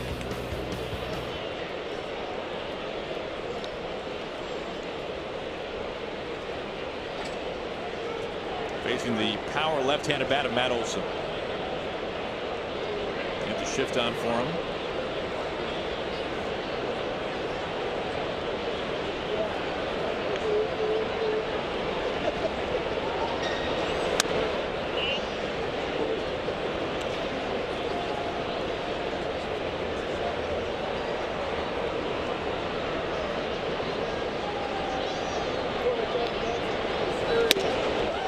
Rip and a miss, 1-1.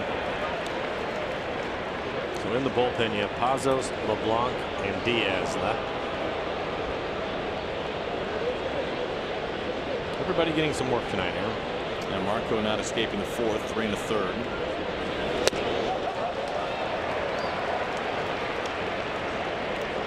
Mariners will have Felix going tomorrow. Sean Manaea takes the ball for the Oakland A's.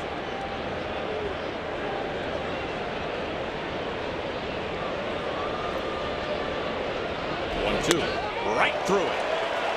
1 out.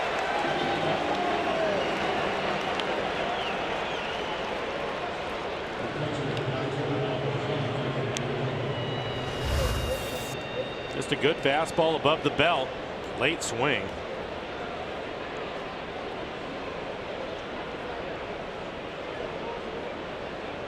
A bit unusual the way that he holds his hands out over the plate. 6-5. Throwing strikes. 5 pitches, 4 strikes.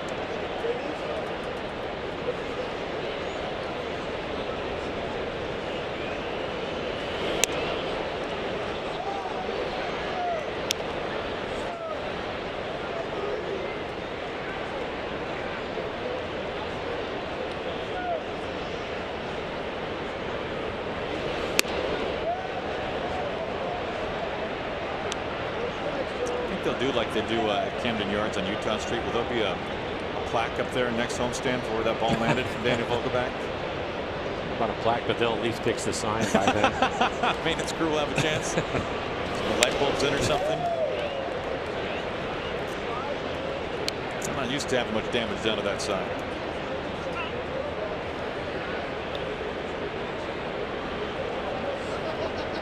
Two balls and 2 strikes.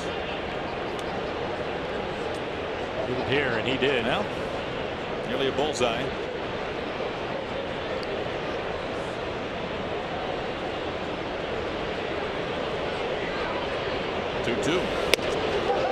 Back-to-back strikeouts. Lucroy whiffing on 95. His best fastball so far. Fastball right on the outside corner at 95 miles an hour, and another late swing.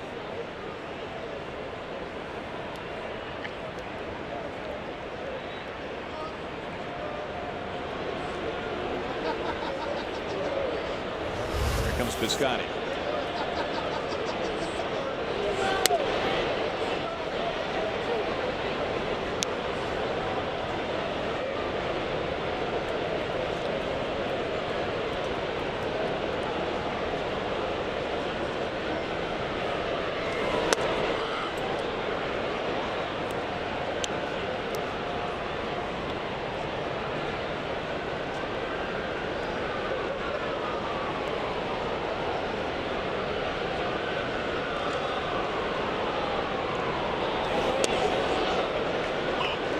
Strike across to make it 2-1.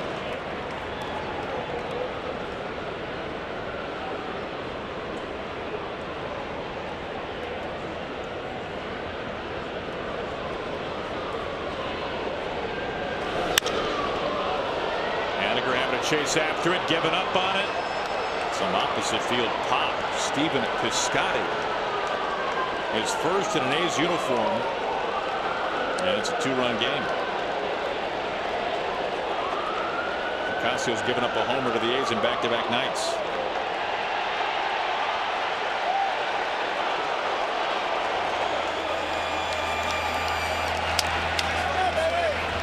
Looks like this is going to be a fastball. Right on the barrel.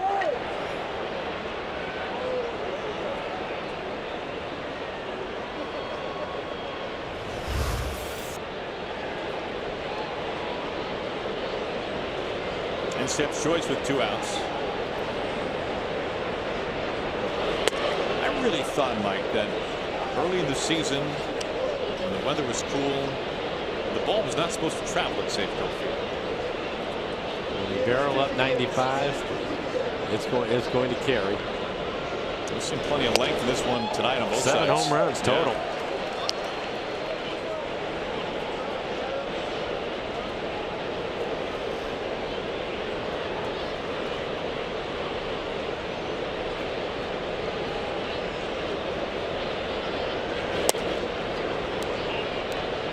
If you go back pre-2013, fences were further back. The game was played differently in terms of the home run ball. You could go 4-game series and maybe not see 7 home runs here. That's very true.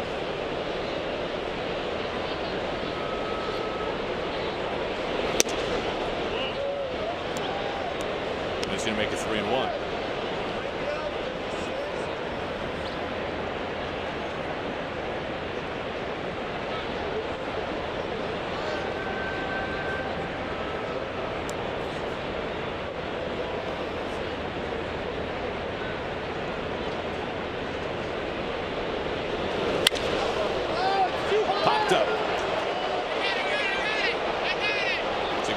It. Here's the inning. To Scotty, the home run makes this a 2-run Mariners lead. Cruz, Seager, and Haniger, some beef coming up for the Mariners.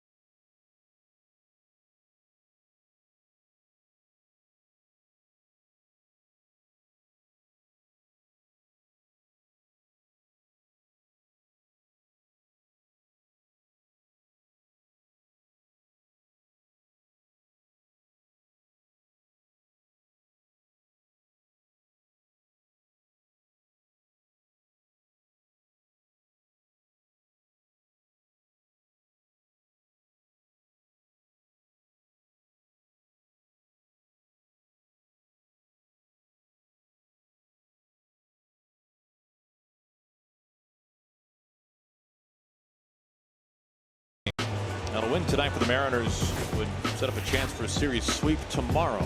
Behind Felix Hernandez, the king up on the mound, making start number 4 this season, going up against a tough young left-hander in Sean Manaea.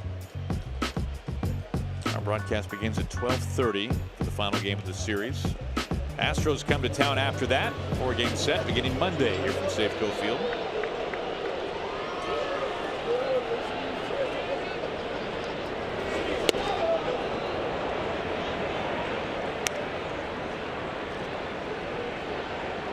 Cruz, Seager, and Haniger here in the Mariners' 8th inning. You can see Nelson with a base hit tonight. First game back, had a base hit into right field.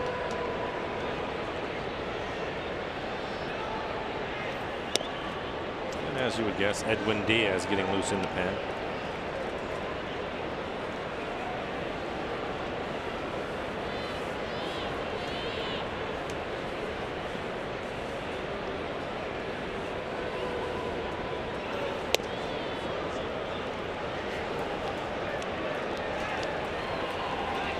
Nelly ahead 2-1.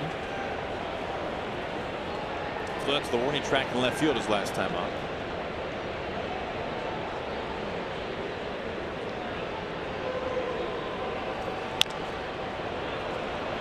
Here's a little squibber. They start peeling off towards the dugout. 1 out. We'll go down to the Ford Sports Desk. Tom, what's happening? Aaron, a little more hashtag where I root presented by Alaska Airlines. Busy night. A lot of folks sending in some good picks, including Nicole, excited to be here at Safeco Field, rooting on the M's. Dame party of 3. Dame party of 3. Cynthia cheering on her favorite team. She's true to the blue. And also tonight, Tressa cheering on the Mariners here at the ballpark. Keep them coming. Back upstairs. All right, thank you, Tom. 1 out, nobody aboard for Kyle Seager.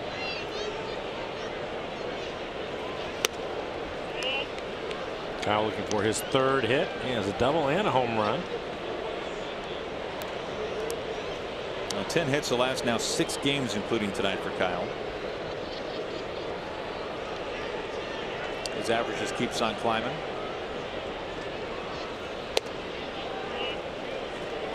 And a good count for him. 2-0.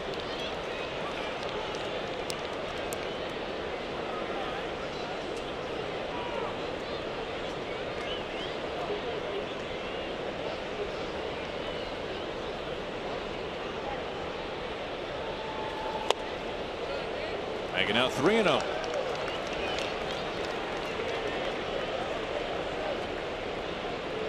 He has been hot. Swing away. So is Haniger. He's on deck. He is homered tonight.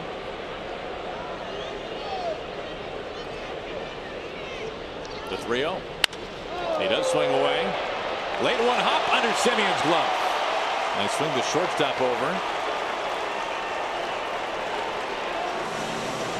Now Seager on base for the 4th time. His 3rd hit tonight.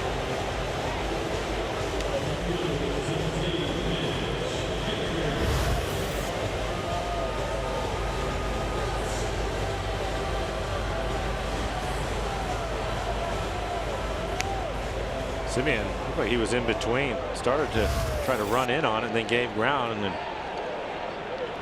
all ended up past him. Kyle will take the hit though.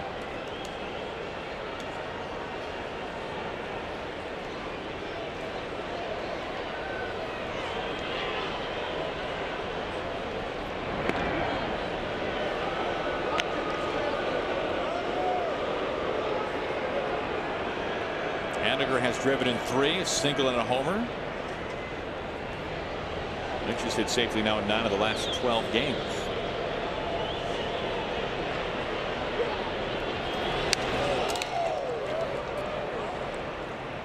Back in the 5th for Haniger.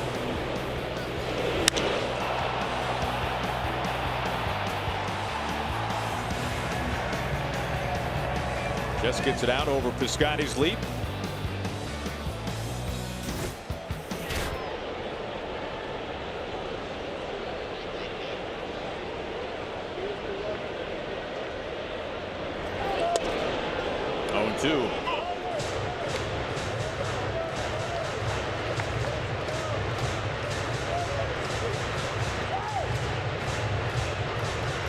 Motter waiting on deck. Came into the game for Vogelbach. Some defense, but chance to hit maybe.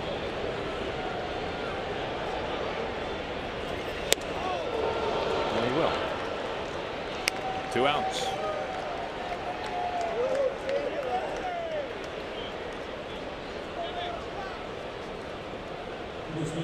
So here comes Motter.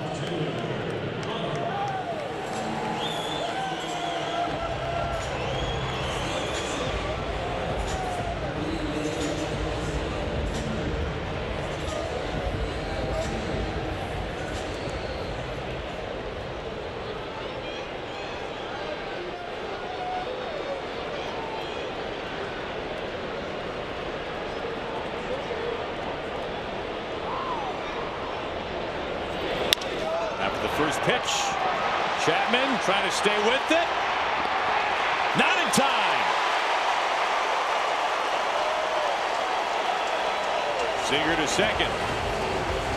See an error on the 3rd baseman.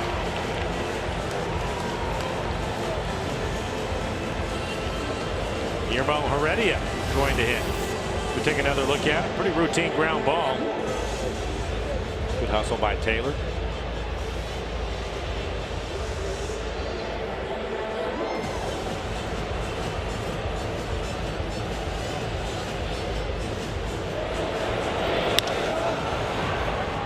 Will be Heredia's first at bat. He also came into the game for defense.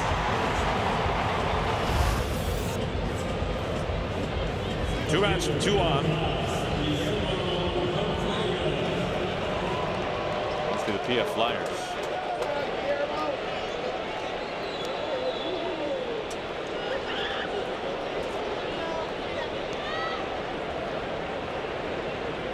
And steps Guillermo.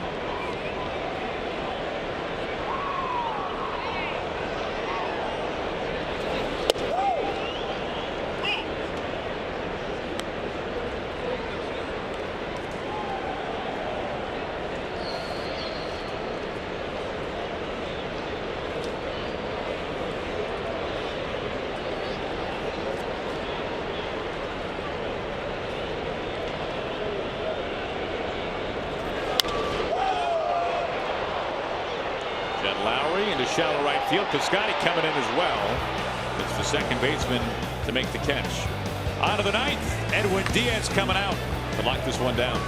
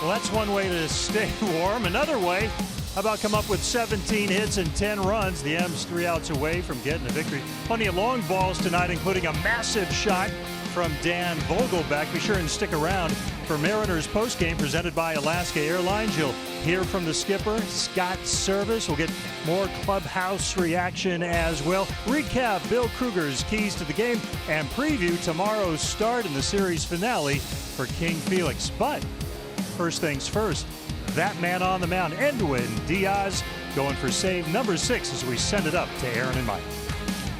All right, thank you, Tom. 2-run lead for the Mariners. Diaz facing the A's for the second straight night. Good start. To the top of the order for the A's. Simeon going to lead things off. Canna and Lowry.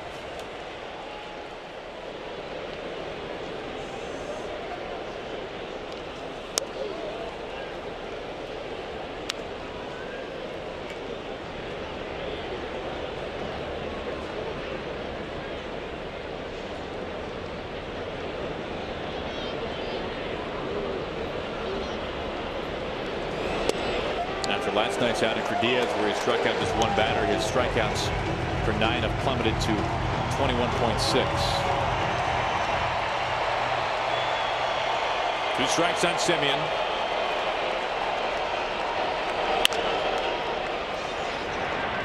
Segura on target. 1 out. And a pretty good slider from Diaz.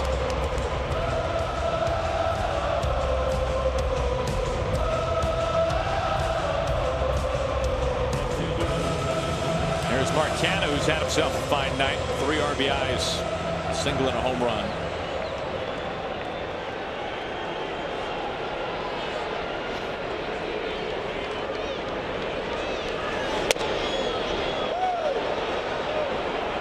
It's an inside ball 1.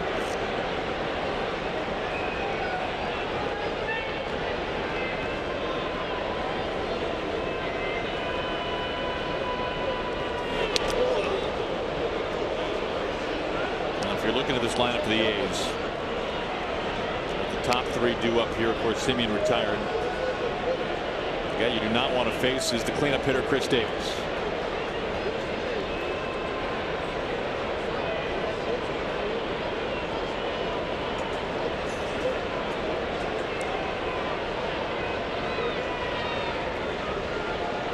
Davis already a home run tonight, 2 last night. See a pattern here to Canna.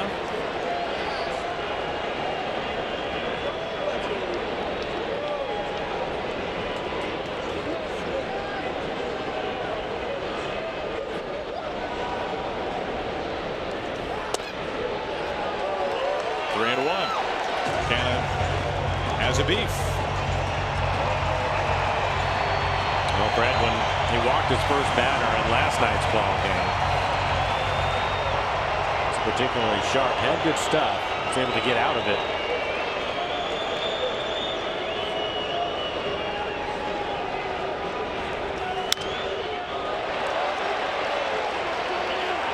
Cano comes charging in. 2 outs.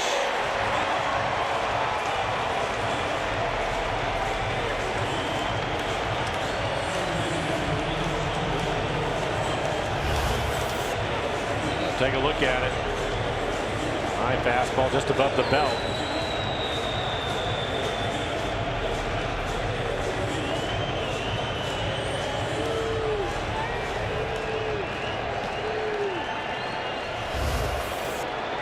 Last hope for the A's, Jed Lowry.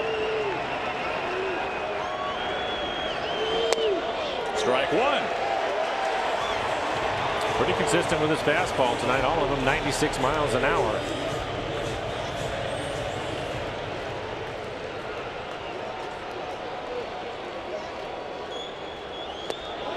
Slider at 90. Staying at the bottom of the strike zone.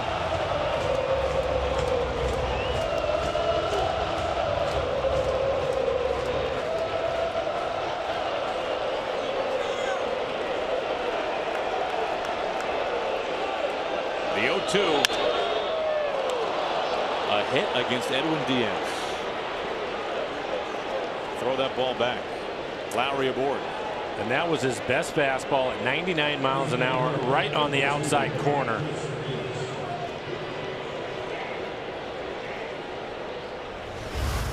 There's a look at it. They wanted the high fastball, but it's at the knees. Now this is who you did not want to see, the tying run, Chris Davis. 3 home runs in this series already. Tonight, game 2.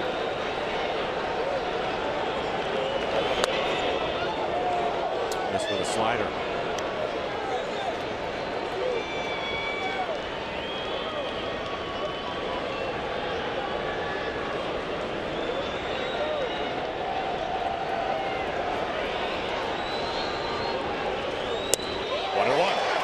Better slider that time at the bottom of the zone.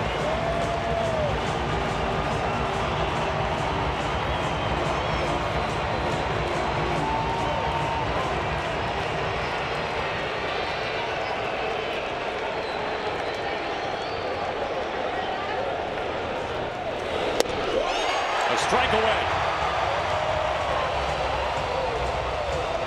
3 pitches, all of them sliders. And another look at it. He would go with either the high fastball or the slider off the plate. Get him to chase it. The 1-2. Got him swinging. Ball game. Mariners win. They take the series. Well, it's just a great night offensively for the Mariners. No surprise with Nelson Cruz back in the lineup. Nelson ended up with a base hit. The Mariners hitting 4 home runs tonight. As you take a look at the strikeout to end the ball game, Diaz, his 6-8. He's 6 for 6, by the way. He did give up his first base hit on the year. I guess we felt that that was going to happen at some point, Aaron, but really good night offensively. A number of guys up and down the lineup making contributions. Mariners able to piece it together in the bullpen.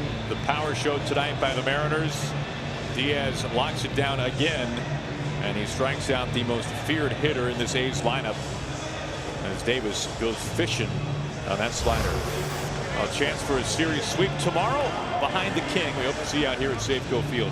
Mariners postgame presented by Alaska Airlines. It starts right now. Bill, Angie, it's all yours. All right, Aaron, thanks so much. I think a fitting finish to this one. Chris Davis has got 16 home runs against the Mariners, 3 in this series. My guy against your guy, and the Mariners guy, Edwin Diaz, best him. Impressive that it came down to that, but what a slugfest. Safeco Field's lost all of its image. 7 home runs tonight. It's like Williamsport. I mean, people are leaving at will. Yeah, we were talking in the pregame show, Bill, about how this offense would get better with Nelson Cruz back in. He did get a hit tonight. Up and down, everyone checks in with it. Almost everybody scored. Robbie Cano, we'll give him a pass on this one. The only guy that didn't score a run. Everybody getting it done up and down this lineup. Yeah, it's fun. It's scary to think that this club isn't complete yet. There are guys that are still coming back to fill out the rest of the dance card, but boy, you go 6 deep and it's murderer's row, and then you add the guy Vogelbach that went into the upper deck. We haven't had a left-hander do that since Russell Branyan. A fun night at the plate for the Mariners. Yeah, the top of the order continues to get it done, and Jen Mueller is standing by with the Mariners' #2 hitter, Jean Segura. Jen? Jean Segura, who hit the first of 4 Mariner home runs tonight. Let's go back to that second inning. As a team, you made Graveman work. What was your approach against him tonight? I mean, it was punting in with a sinker, and just trying to get pitcher close to the zone and trying to do the best I can to not let the sinker get on my hands, and I get in front and just put a good swing on it. Last night we talked to Vogie about getting his first home run. There's a little bit of a weight that gets lifted off, whether it's your first career or the first of the season. Is it the same for you? I mean, I've been playing the game for a little while, but it's pretty good for Bogey, especially when you hit your first home run in the big league.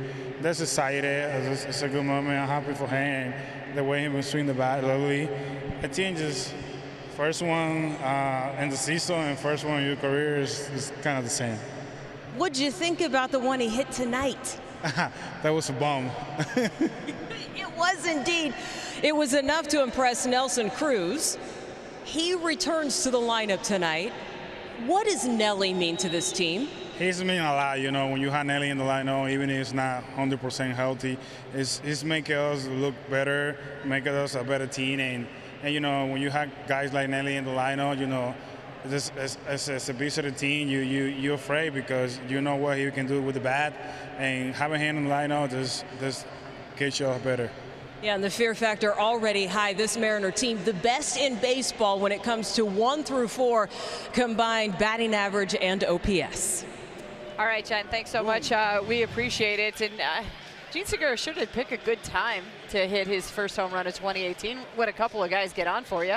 Oh, yeah, and you could drop the hammer like that. I mean, people that hit #2 are supposed to just line balls to right and try to keep the Congo line moving, but Jean Segura is a hammer. Mitch Haniger, meantime, was hitting in the 4th spot with Nelson Cruz out. Nelson Cruz makes his return today. I asked you pregame, would you put him 5? And no, because you don't want to have the 2 right-handers together. You keep Seager, as well as Mitch Haniger has been hitting. You want to keep Seager in between so that you've got to mix and match with guys.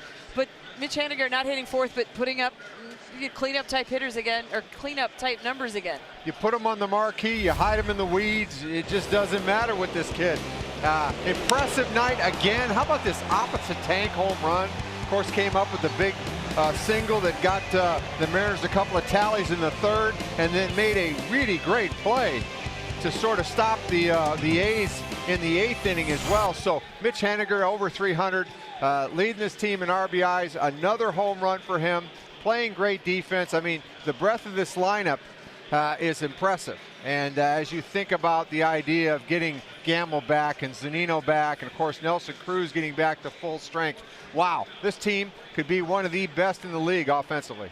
And before we head off to break, and if all of a sudden now you're getting the kind of production that you saw out of Vogelbach last night, hitting his first major league home run, and tonight is second in as many games. You know, impressive. You know, we just haven't had a lefty that could just take and start controlling that side of the field, and he can do it. You want to play the game where you challenge him with fastballs? Look at Nelly Cruz. Well, this young man hit in spring training, and he's starting to relax, and there's not a fastball that he can't turn around. He showed you that tonight. Yeah, and how about this one from D. Gordon? He gets an RBI for this. I mean, that guy is just so fast. Ichiro's going to come in. We've got lots more to get to here on Mariners Postgame presented by Alaska Airlines. Mariners take the game and the series.